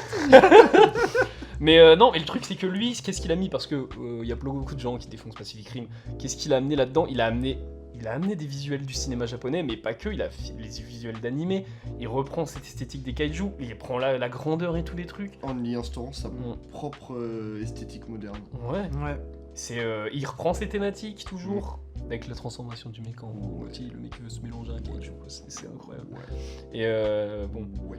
et en vrai c'est une adaptation, c'est pas une adaptation de manga officiellement, mais clairement, C'est quand tout comme. regardez Evangelion, déjà Evangelion c'est un putain d'animé, vraiment par contre. Il y a 25 épisodes et un film pour rattraper la case de la fin. Parce que vous avez plus de budget à la fin de la série, du coup, bah, c'est des rafistolages d'épisodes. D'accord. Et par contre, les films sont très poétiques, genre c'est presque du Lynch animé quoi. Et, Ah ouais. quand tu vois Evangelion, tu vois les premiers trucs, tu te dis oui, Pacific Rim est une adaptation, clairement. Bah, faudra que j'aille jeter un coup d'œil. Sauf que c'est pas les kaijus, c'est les anges, et voilà. Et c'est pas des Jaegers, c'est des. C'est des RN. Des quoi? Des RN. Non. Bon, des vodkas là. Et non, c'est des Eva, en gros. Et voilà. J'en ai fini pour l'adaptation de manga. Ouais, bah moi aussi, Et on va prendre du coup le sujet un peu fat. Du coup, prochain thème, la comédie musicale. Et dernier thème. Et dernier thème, comédie musicale. Et moi je suis très content quand on ait proposé comédie musicale parce que j'attends toujours de faire un thème comédie musicale alors que je l'ai même pas fait pour les prochains épisodes. Ouais, mais... Et du coup j'hésite à changer mon prochain Bah, mec, thème. on peut toujours revoir. Et ouais, et parce que moi j'ai une phrase, du coup j'ai pas son nom, mais la personne qui gère le podcast Le Cinéma est mort, qui nous a fait une présentation à l'Arvor de Chantons sous la pluie, a dit, genre, la comédie musicale c'est dit comme le genre le moins cinématographique parce qu'il y a des scènes de danse qui sortent de la narration. Et lui disait en fait c'est l'inverse, genre la comédie musicale c'est le genre le plus cinématographique parce qu'il sait ce que peut le cinéma et il se permet justement de sortir de cette narration parce que t'es dans le cinéma. Alors que les autres films vont aller approcher un réalisme, alors que bah tu vois Spider-Man, genre est-ce que c'est réaliste un mec qui se fait piquer par une araignée puis qui va sauver des gens quoi. Et là c'est pas réaliste, là les gens ils disent que c'est pas réaliste la comédie musicale parce qu'il y a des gens qui dansent en pleine rue. Mais genre c'est plus pas le possible. but. Hein? C'est pas le but. Bah c'est pas le but d'être réaliste. Ouais. Mais c'est pas, surtout, est-ce que entre des gens qui dansent au milieu d'une route et tout le monde les regarde et un mec qui s'est piqué par une araignée et qui devient un super-héros, lequel est le plus réaliste? Spider-Man. Non, en vrai, non. moi, le truc, c'est que c'est pas. Je pense que c'est pas une question de réalisme, c'est une question de vraisemblable. C'est. Dans l'univers de Spider-Man, tu acceptes Oui, que. En plus, c'est la suspension. Voilà. d'un Tu film. le vois. Non. Suspension, Tu- c'est autre chose. En plus, c'est bien amené parce que tu le vois, genre au début, tâter avec ses pouvoirs, il se met le défi de sauter par-dessus la rue. Ou même dans Matrix, il y a ça aussi, il y a toute cette phase d'initiation qui en fait initie en même temps le public, alors que la comédie musicale, il n'y a pas. C'est un truc où d'un si. coup t'arrives, Brut. et puis d'un coup, paf, tous les gens sortent de leur Ouais, mais voiture non. et vont danser dessus. Je vous donne l'exemple parce que en général tout le monde l'a vu. La La Land, sa Je scène l'ai pas d'intro. vu, J'ai Oh, pas vous vu êtes non chier, plus. c'est chier. Bon, sa scène d'intro. mais je vois Sa la scène d'intro Je est vois une aussi. danse. Et là, c'est pas brut. Sa scène d'intro commence par ça. Donc t'admets, et il y a toujours des gens pour te dire que La La Land n'est pas réaliste. Non, mais mais ils suspendent aussi ce que je te l'incrédulité dans une comédie musicale. Ce que je te dis, c'est que Spider-Man, du moins, je pense à ceux de Sam Raimi, du moins le premier. Oh, je me doute que tu penses pas à ceux de John Watt. De toute façon, je les ai pas vus. Comme ça, c'est réglé. Mais, Comment t'avais pas vu dans les... mais t'as vraiment, au tout début, tu découvres Peter Parker, après il se fait piquer, ensuite il y a toute l'initiation de ses pouvoirs avant qu'il devienne réellement Spider-Man. Là, dès le début, mais en soi, c'est pas une critique, hein, c'est un fait, dès le début, ça commence comédie musicale, dès le début, c'est cet univers, ça va danser, tout ça. T'as pas cette initiation. Ce qui fait que ça peut rebuter.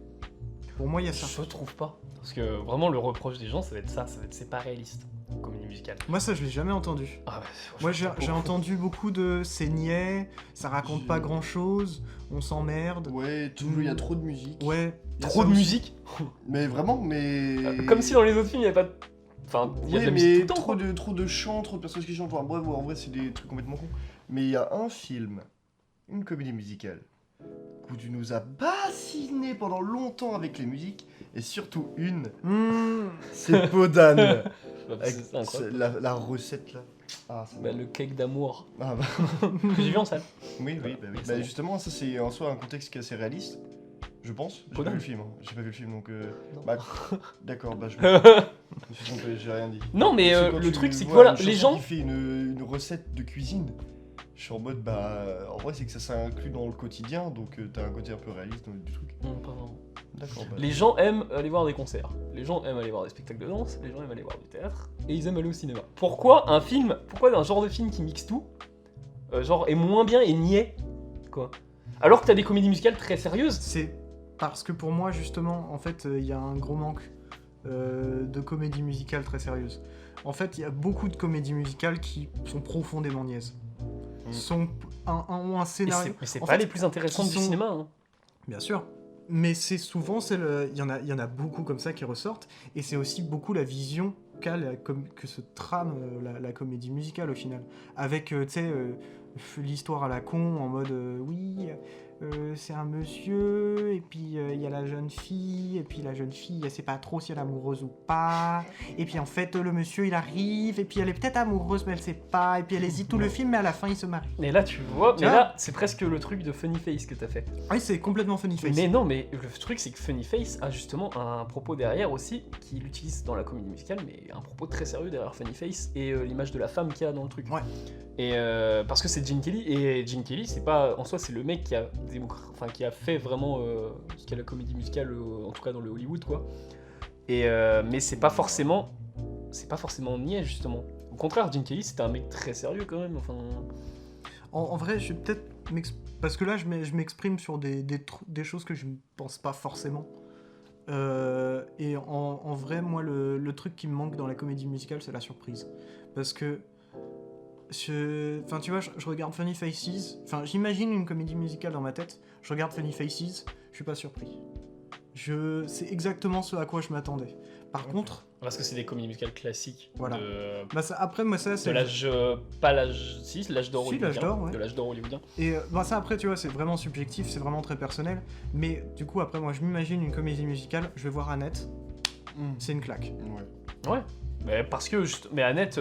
enfin, on a quitté de toute façon cet âge... L'âge d'or... Ouais. Le truc, c'est que l'âge d'or de la comédie musicale a répandu cette idée. Et donc on n'est pas surpris en voyant des comédies musicales de l'âge d'or, mais n'importe quelle comédie musicale aujourd'hui est un peu surprenante. Ouais. Genre que ça soit... Tic Boom. Tic Tic Boom. Les gens ont kiffé Tic Tic Boom et ils sont après justement en train de te dire non, j'aime pas les comédies musicales de base. Et même La La Land, ça a réveillé pas mal de gens. C'est pas les aussi. mêmes personnes à ce L'année- moment-là, c'est pas l'année- possible. Ou alors ils ont un dédoublement de personnalité, faut Si, mais je pense que les gens aiment pas les comédies musicales parce qu'ils en ont vu que 2-3 et Oui, que, voilà. ouais, c'est ça. Mais Après- tu regardes un Leto, un Annette et à la limite un plus classique, tu regardes un La La Land, tu vois, récemment en tout cas. Bah là t'as une comédie musicale punk, t'as je sais pas comment qualifier Annette. Moi, tu peux pas. Et t'as une comédie musicale. T'as un Léo Scarax. Ouais, un Léo Scarax. Et t'as une comédie un peu plus douce, mais un peu entre Leto et La La Land pour le coup. Et t'as La La Land qui est vraiment dans un classicisme et qui reprend justement cette esthétique âge d'or, mais en un peu au goût du jour quoi. Ouais. Donc t'as trois propositions très différentes. Et aussi du coup genre c'était l'année dernière ou cette année, il y en a eu aussi genre en film. Mais quand tu parlais de sérieux justement dans les comédies musicales, bah t'as Tic Tic Boom. Et un autre film que j'étais un peu déçu par le film malheureusement, c'est Dear Evan Hansen de Steven Chbosky, le mec qui a fait Le Monde de Charlie. Ouais, j'ai pas vu. Et j'ai cette comédie musicale qui dure 2h30. Et les musiques je crois sont faites par Lin-Manuel Miranda. Bon, Mais en le général, elles sont film bien. le film est pas. En général, elles sont bien écrites, Les les musiques musiques, Lin-Manuel Miranda. sont dingues. Mais j'étais un peu déçu par le film, genre il n'y a pas trop de personnalité. Enfin bref, c'est un film justement qui traite aussi quand même de sujets assez lourds, assez graves. Et justement, quand tu me parles de sérieux dans la comédie musicale, je suis pas tellement d'accord pour dire que les comédies musicales ne sont pas forcément sérieuses. Même si tu prends Sleepy Hollow, pardon, my bad, Sweeney Todd de Tim Burton, qui quand même a son propre univers, sa propre, c'est du Tim Burton quoi. Et ça reste quand même globalement assez sérieux. Et pourtant t'as toujours ces musiques, ce côté très musical. Mais parce que quand ça chante, c'est pas les chansons ne sont pas forcément sérieuses. Je Enfin, sais, sont mais pas tu vois, forcément genre, moi, rigolos, tu vois. Pas rigolotes. Je déteste pas les trucs musicaux, juste c'est vraiment pas le genre qui me fascine le plus, pas le genre qui m'intrigue le plus, qui m'intéresse le plus. Et c'est là où par exemple, même pour Tic Tic Boom ou même pour Sweeney Todd, j'ai vraiment cette sensation où de se dire, bah en fait là les chansons s'incluent parfaitement dans le récit et comme pour Happy Feet, ça glisse tout seul. Bah, c'est le cas pour Moi, toutes les comédies J'ai musicales. envie de te Enfin, dire... beaucoup. Bah, Bah, tu pas pour regardes moi, les comédies musicales de Jacques Demy. Tu regardes les Jacques Demy. J'ai du mal, hein. Bah, les Jacques Demy, je suis désolé. Quand J'ai tu du vois mal, hein. Michel Legrand, il écrivait très bien et il adaptait tout Ouais, le temps. Et même, mais vous moquez j'ai un du peu mal. de la chanson du Cake d'amour. Mais parce que tu Mais- veux là tellement. Mais parce fort que Michel Legrand, c'est un mec qui faisait une chanson avec n'importe quoi. Vraiment, pour le coup, genre les parapluies de Cherbourg, qui est intégralement chanté. J'ai pas vu. Mais c'est intégralement J'ai chanté, pas t'as vu. une scène à table où genre vraiment t'as une chanson, c'est passe-moi le sel s'il te plaît quoi, tu vois. Genre c'est chanté. Et c'est incroyable, enfin t'as pas... Et pourtant le film n'est pas forcément, c'est une comédie tu vois. Mais il a son moment dramatique et tout, c'est juste que c'est chanté. Mais les gens vont associer la chanson aux niaiseries. Ouais, je vois le truc. Voilà. Alors Ok. qu'on pourrait faire un film d'horreur en comédie musicale. C'est juste que les gens, les Sweeney scènes... Todd. Ouais mais non, Voilà, Burton il fait pas de l'horreur. en vrai. Pardon, t'as des côtés horrifiques, mais Ouais, il fait une ambiance horrifique mais il fait pas d'horreur pour moi. giga ambiance horrifique dans le film. Ouais, mais tu voulais dire un truc Étienne. Ouais, je voulais dire, justement, vu que t'aimes pas ce comment... Ce genre. Voilà, genre. je suis paumé, j'ai eu une absence. C'est pas que j'aime pas, c'est que j'ai un peu de mal. Vu que t'as du mal avec ce genre, moi je vais te dire un truc. Dis-moi tout. Fais une putain de comédie musicale. Parce que, vu que t'aimes pas la comédie musicale, ce que tu vas faire, ça va être tellement différent parce qu'il faut que tu fasses quelque chose que t'aimes bien. Ça va être tellement différent de ce qui se fait ailleurs que ça va être super intéressant. D'accord. Donc, en vrai, si à un moment t'as envie de te poser sur la question, pose-toi la question de comment moi je ferais une comédie musicale qui serait bien, qui me plaît et que j'ai envie de voir. Tu m'as donné une idée. Bah, c'est cool. Ouais, c'est très cool. Et... Non, mais tu vois, genre, il y a plein de comédies musicales que j'aime aussi. Hein. Mais il y a toujours eu des scènes musicales, même dans des films très différents, genre Mulholland Drive. Ouais. Il y a des scènes C'est de vrai. concert en soi. c'est vrai. Bah, c'est des moments qui planent dans le temps. Sur Lynch, chez Lynch, en fait, c'est tous les moments qui planent un peu dans le temps, quoi. Mais là, pour le coup, c'est ces moments-là où des gens chantent. Et d'ailleurs, dans Twin Peaks, c'est ce qui fait la marque de la saison 3, c'est qu'à chaque épisode de Twin Peaks, vous avez un groupe à la fin, ou au début, qui va jouer une musique en thème avec l'épisode. Et donc, évidemment, il y a un épisode de Twin Peaks saison 3 qui a fait beaucoup parler, où il y a, là, c'est un groupe de métal qui joue. Et, Mais il y Je a... sais que dans la saison 3, il y a David Bowie aussi, ça me hype énormément. je l'ai pas vu, David Bowie. Sérieux? Putain. Bah, elle a été faite... Attends, il y a David Bowie dans la saison Il y a 3. Oui, bah oui. Il fait David quoi? Bowie, c'est un pote de Lynch. Mais il fait... Ouais, mais il était Il mort. joue un personnage. Non, il était pas mort. Bah, c'est 2017. Mais... Quoique, bah non, il est mort quand? Attends, non, je il est mort en raconte de la merde. 2016, Bowie, je crois. Non, même pas. Faudrait que je vérifie. Je vais Ouais. vérifier. J'ai pas vu David Bowie, moi, dans Twin Peaks saison 3. Faudrait que je vérifie. Bah, voilà. Enfin, bref... Dans la saison 3. Merde. C'est peut-être, il est peut-être dans la saison 2. Alors, il y a moyen, à la limite. Et je crois que son personnage dans la saison 2, enfin en gros dans la saison 3, il devient une sorte d'ordinateur, je crois, un truc dans le genre, je sais plus. Il y a un délire comme ça, j'avais lu ça sur le wiki. Je me suis juste spoilé ça parce que c'était Bowie.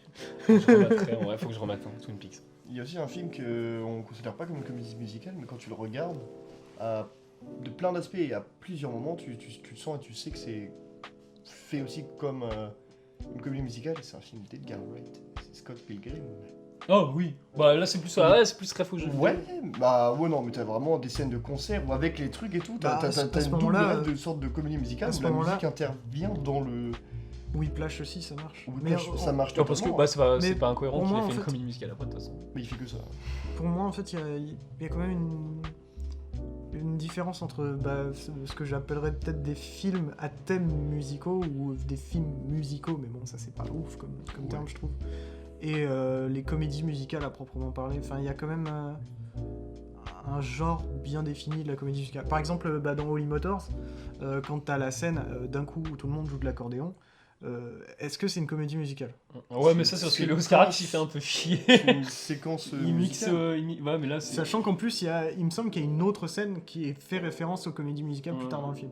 Est-ce que du coup Holy Motors est une comédie musicale? Mais est-ce que par rapport Ouais, à Holy une Motors, séquence, on peut Motors, pas juger un film parce qu'il entier? bouleverse un peu les Oui, sons. bien sûr. La C'est un séquence exemple qui est- extrême, mais- La séquence est comédie musicale, mais je pense. Pour moi, la séquence de l'accordéon est musicale et il y a une autre séquence après qui, pour moi, est comédie musicale. Pour moi, la comédie musicale, ça renvoie vers du chant et que les paroles du chant aient un rapport avec le récit. Ouais, c'est Story aussi. Ouais. En vrai, il y a tellement de films super intéressants à en parler.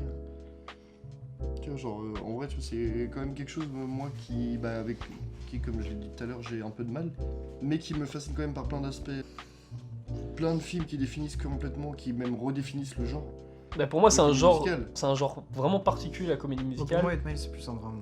Hein 8 Mile, c'est plus un drame. Bah, un drame musical. C'est pour ça que quand on dit comédie musicale, j'aime pas trop ce terme-là. Moi, Pour ça moi, arrête. un film musical, tu peux y associer plein de genres. Oui, mais comédie musicale de base, ça ressort des. On appelait ça aussi des opéras et des comédies musicales sur scène, des Broadway. Ouais. Ça ressort de ça, c'est une interprétation au cinéma de ça. Et c'est pour ça que, pour moi, tu parles par exemple de je sais pas, Whiplash, 8 Miles. Pour moi, ça s'approche pas du tout des comédies musicales. C'est juste des films dont un des thèmes est la musique. Ouais, moi j'aime bien appeler, tu vois, Whiplash et tout comme un drame musical.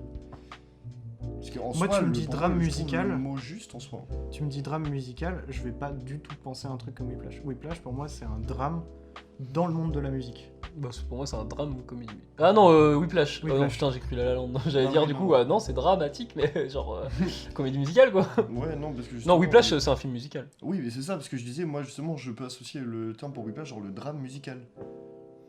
Ouais, mais non, parce qu'on dit comédie musicale pour Ouais, mais une c'est ça, comédie. c'est Pour pourquoi une on comédie dirait musicale. comédie musicale et on pourrait pas Oh, dire mais ça, genre c'est drame question. musical. Ça, franchement, c'est pour remonter à Ouais, loin. bah oui, mais moi je trouve ça genre en vrai je trouve ça juste et même en soi un peu con de pas pouvoir utiliser le drame musical ou pour le Rocky Horror Picture Show, genre tu peux dire un film d'horreur musical, c'est très C'est vrai compliqué qu'on comme ça. recycle l'horror picture show d'ailleurs, mais oui, il y a le horror picture show en comédie musicale. Bien sûr. Et ouais, non, mais pour moi, du coup, on va en venir par contre à ce sujet-là, parce que du coup, on a abordé vite fait tout à l'heure. C'est. Il y a un. Enfin, le truc, c'est que la comédie musicale, c'est presque, en vrai, je dirais, le genre pour lequel le cinéma a été créé, parce que c'est un genre qui fait rêver. Et c'est un genre qui te. Tu vas pas au cinéma pour voir un truc réaliste en soi, c'est complètement con, sinon on va regarder du docu, quoi. Et là, tu vas regarder un truc qui te fait rêver et un truc que tu vois pas ailleurs. Et oui, il y a des gens qui dansent dans la rue, tout ça, mais on s'en fout, c'est du cinéma. Et il y a un cinéma qui l'a très bien compris, un cinéma spectaculaire en ce moment dont on n'arrête pas de parler, dont tout le monde n'arrête pas de parler, avec les sorties récentes, en tout cas aux États-Unis avec RRR, c'est le cinéma indien. Ils ont toujours été dans ce spectaculaire-là et ils ont assumé le côté comédie musicale ou musique, parce que même dans les. D'ailleurs, j'ai appris un truc, c'est en matant le salon de musique de Satyajit Ray. La musique, c'est la musique de The Darjeeling Limited de Wes Anderson. Je pensais qu'elle avait été composée pour Wes Anderson, et en fait non, elle est dans le salon de musique de base. D'accord. Bah vu que ça se passe en Inde, de toute façon les Darjeeling Oui, Limited, oui. bah ça faisait ref à ça. Et il y a toujours eu ce côté musical et ce côté comédie musicale, même dans leur blockbuster. Parce que justement ils savent très bien que c'est pas réaliste, de toute façon ça va pas à l'être. Genre le mec il se bat contre un tigre quoi, c'est bon. Hein, Oui, c'est vrai. c'est ouais. Mais oui. Moi je dis tout ce que j'avais à dire sur la comédie musicale. Bah va regarder. C'est prévu aussi. Et ouais, et on fera un épisode sur les taux. Oh, Ouais. carrément. Parce que, ouais. De Kirill Serebrennikov. Bah si en vrai, dans le cinéma indien quand même, mais la place de la musique elle a toujours été là, et même très rapidement, ils ont compris aussi ce côté spectaculaire, je pense aux clips musicaux, que ce soit par leur côté des fois un peu burlesque, desquels on se pouvait se moquer, ou par leur côté de on va avoir 1000 danseurs. Et c'est vrai qu'ils ont une place particulière pour ce spectaculaire associé à la musique, mais c'est aussi dû à la culture. Oui. Et c'est vrai que c'est intéressant quand même. La place qu'ils donnent à la musique, rien que dans RRR, où même tu sais, je pense à La Sing Sada quand on est allé le voir, et qu'à la fin il n'y a pas eu la musique de fin. Tu vois ? C'est vrai, oui, il n'y a pas eu la danse de fin, ouais. Et là tu t'es dit, ah bah non, il n'y a pas la musique de fin de film indien qu'on a d'habitude. Où c'est la musique qui termine tout. Moi j'avais trouvé ça exceptionnel avec RRR, où ça peut se terminer comme un Marvel en mode très sérieux, très solennel, en mode on a gagné, c'est beau, on a la petite larme. Non, attends, j'ai pas putain de fini. Je fais une transition de malade. Ça peut se terminer comme ça en mode on a gagné, c'est très solennel, c'est très beau. Et il y a cette séquence-là, mais c'est pas la fin. Parce qu'après, c'est la fête. Après, on va chanter, on va rendre ça magnifique, et voilà. Et ça, c'est cool. C'est une putain de truc spectaculaire pour mettre la musique dans les films. Et justement, j'ai aussi récemment vu quelque chose qui m'a fait comprendre aussi pourquoi là dans le cinéma américain, même européen, on est et on sera à tout jamais incapable de faire du cinéma qui se rapproche du cinéma indien. J'ai vu une des séries Marvel, il y a pas longtemps, je sais pas pourquoi je dis ça. Oh, Miss Marvel. Ah non, Miss Marvel. Miss Marvel. Ouais, c'est une série. C'est avec des gamins. C'est une ado, genre qui a 17-18 Oh oui, ans, j'avais vu la truc cosmique et tout. Pourquoi t'as fait ça ? Parce que j'aimais bien me regarder des trucs de merde. Donc c'est de la merde. Oui. Et sachant que le pilote est réalisé par Adil et Bilal machin, le mec qui ont fait Bad Boys 3 et Rebelle récemment. Donc j'étais en mode what the fuck. Et pour moi le pilote est le pisse le mieux. Et justement il y a des gens un peu genre de l'Inde et tout, et il y a un moment dans un des épisodes une séquence de danse en mode comme dans les films indiens, et c'est nul, c'est mal fait, c'est mal monté, c'est pas beau, puis c'est interrompu. Enfin, non, Après t'as plein de gens qui considèrent que les danses dans le cinéma indien sont mal faites, pas beaux, nuls. Bah non, franchement, C'est parce que ça colle beaucoup mieux à l'ambiance indienne. Regarde, là, il te fout une Mais scène oui. de danse dans un programme américain. Enfin, Et une voilà, scène de mais danse dans un indienne. Marvel encore plus, ça ne fonctionne vraiment pas du tout. Pour le coup, je trouve que RRR, ça l'a super bien amené parce que je sais que, enfin, même dans la narration du film, t'as la battle de danse déjà qui est Oui. dans la narration du film, Mm. mais même avant ça, quand les deux se rencontrent, les deux R se rencontrent, tu sais, il y a cette fête dans la ville. Après le pont. Oui. Oui, mais c'est ça que je voulais parler justement aussi en lien avec toi. C'est leurs scènes de comédie musicale, leurs scènes de danse sont très réalistes. Dans le sens, contrairement là où t'as des gens qui vont. Là, c'est juste une foule qui vont acclamer le machin et danser en même temps. Ouais. Et ça passe mieux que par exemple, d'un coup tout s'arrête et ils Mais- vont sur la route danser quoi. Ouais, carrément. Et même, je pense au face-off, enfin au duel de danse. Mhm. Quand ça n'est pas réaliste, parce que il y a quand même les mouvements durant le duel de danse sont inhumains, il faut le dire. Mais quand ça n'est pas réaliste, c'est pour le spectacle. Mhm. C'est justement pour que tu te poses dedans, que tu les regardes, tu sois en mode ah la vache, putain il danse vite quand même le boug. Mhm. Et ça, je trouve ça chouette, je trouve ça trop bien. Parce que plutôt que de se dire mais attends, mais pourquoi tout le monde sort de sa bagnole et danse sur le toit, tu te dis ah waouh, il danse vite. C'est quand même. Enfin, je sais pas, moi ça me surprend, je trouve ça chouette. Ouais, je suis d'accord. Et c'est une telle ambiance dans ces films-là. Je suis d'accord. C'est une folie. Donc, ouais. Autre chose à dire? Moi, j'ai plus rien à dire. Ben, je vais conclure. Moi, je trouve que la comédie musicale est le genre le plus intéressant du cinéma. Et ce n'est pas pour rien que des réalisateurs de génie vont vers ça, du genre Léo Carax. Parce que son dernier film est une comédie musicale. Et peut-être qu'il va rester là-dessus. Ça se pourrait en vrai. Je pense pas, parce que c'était aussi un film qu'il a fait avec les, Bah, je suis pas sûr, parce qu'il Spark justement, moi, Brothers. j'ai entendu un truc comme quoi avec les il- Spark Brothers. Hein? C'est un film qu'il a fait avec les Spark Brothers. Ah, oui, c'est vrai, bah oui, je suis con, bah il y a, bah, oui, il y a les Spark Brothers dans la scène Ouais. d'intro. Bah oui. Ouais, non, mais tu sais qu'à un moment, je me suis dit, mais qu'est-ce qu'il raconte? C'est Edgar Wright? Il a fait avec les Sparks, le docu. tu sais. Oui, bah oui. Ah, bah oui, c'est- oui, Oui, bah je sais, oui, mais non, Edgar Wright n'est pas Léo Carax. Bah non.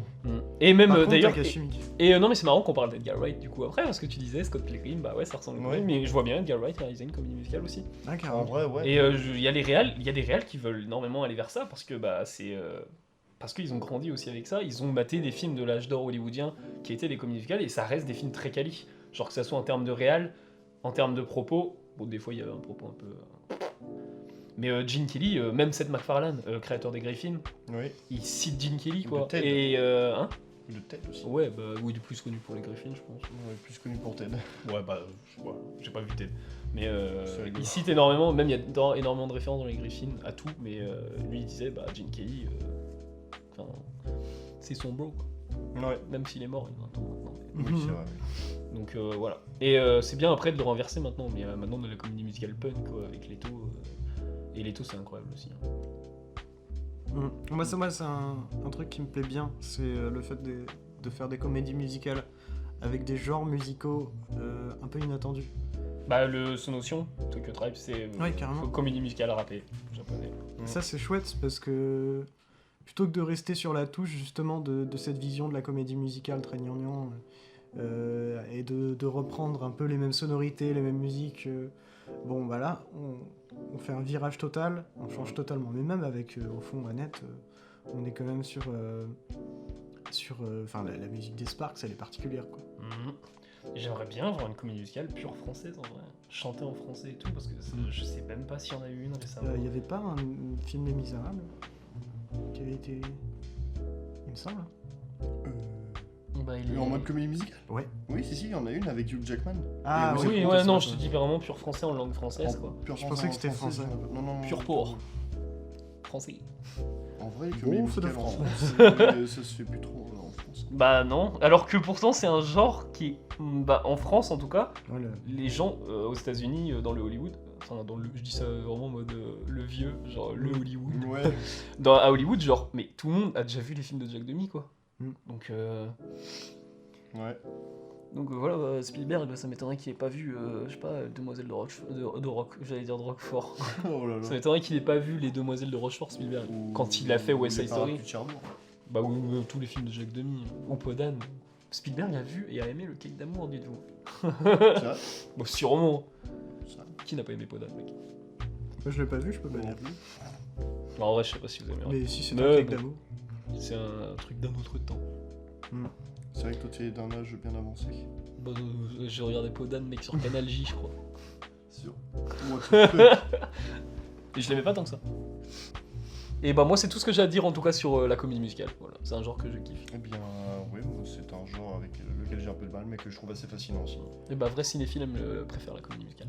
Moi, je- Vrai cinéphile va te dire d'aller te faire enculer. Je trouve que c'est un genre qui est très intéressant pour le côté spectaculaire du cinéma, mais c'est... Non, même pour un genre- l'étude du cinéma en soi avec. Je trouve que c'est un genre trop particulier pour qu'on généralise l'étude du cinéma. C'est quand même... Je suis Le d'accord. cinéma, c'est tellement vaste que c'est un genre très puissant, mais on peut pas résumer le cinéma. Non mais c'est justement parce que c'est un genre puissant mais qui ne marche pas sur tout le monde. Et qui même aujourd'hui a complètement disparu de certains pays. Alors que pourtant il y avait des phases en général d'avoir de ce cinéma-là, quoi. Et je pense que vraiment c'est pour ça que c'est un genre qui est important, je pense, dans le cinéma. C'est de savoir pourquoi il marche pas sur certaines personnes, ou pourquoi il marche même, et qu'est-ce qu'il apporte au cinéma, qu'est-ce que ça apporte au cinéma la comédie musicale. Grande question. Je Mhm. sais pas. Très bonne question. Bah autant que les autres genres, voire plus, pour moi. Parce que moi j'aimerais bien voir un film d'horreur avec, je sais pas, des gens qui dansent, quoi. Une comédie musicale Qui chantent. par Harry Astor, co-réalisée par Robert Eggers. Mais une comédie musicale juste avec des zombies. Un film de zombies comédie musicale. Mais en soi, genre là, Harry Astor avec son Disappointment Boulevard, genre c'est une comédie noire, c'est pas une comédie musicale noire. d'horreur. Ouais, Ouais. non, ok, d'accord. J'ai peut-être inversé. Mais en vrai, je pense que ça serait hyper stylé, même que ce soit Robert Eggers ou Harry Astor, d'avoir une comédie musicale par l'un des deux. Ouais, il serait plus dans le style. Bah, Midsommar, Mais- en soi, t'as des scènes un peu où ça. Ouais. Mais c'est pour ça que je me dis, en vrai, il peut y avoir vraiment un truc super mystique. Ouais. Bah, ça dépend, c'est le genre de chacun après, enfin, c'est la façon de faire de chacun. Hein. Bien Vraiment, sûr. c'est soit punk, soit machin, enfin, soit ça va être très classique. Bien sûr, aussi. Et ouais. Déjà, quand tu me disais Harry Astor va faire une comédie noire, je suis en mode, pardon. En vrai, ça fait sens. Bah, oui et non. Si, bon, avec Midsommar et Hérédité, c'est un peu un diptyque. Ouais.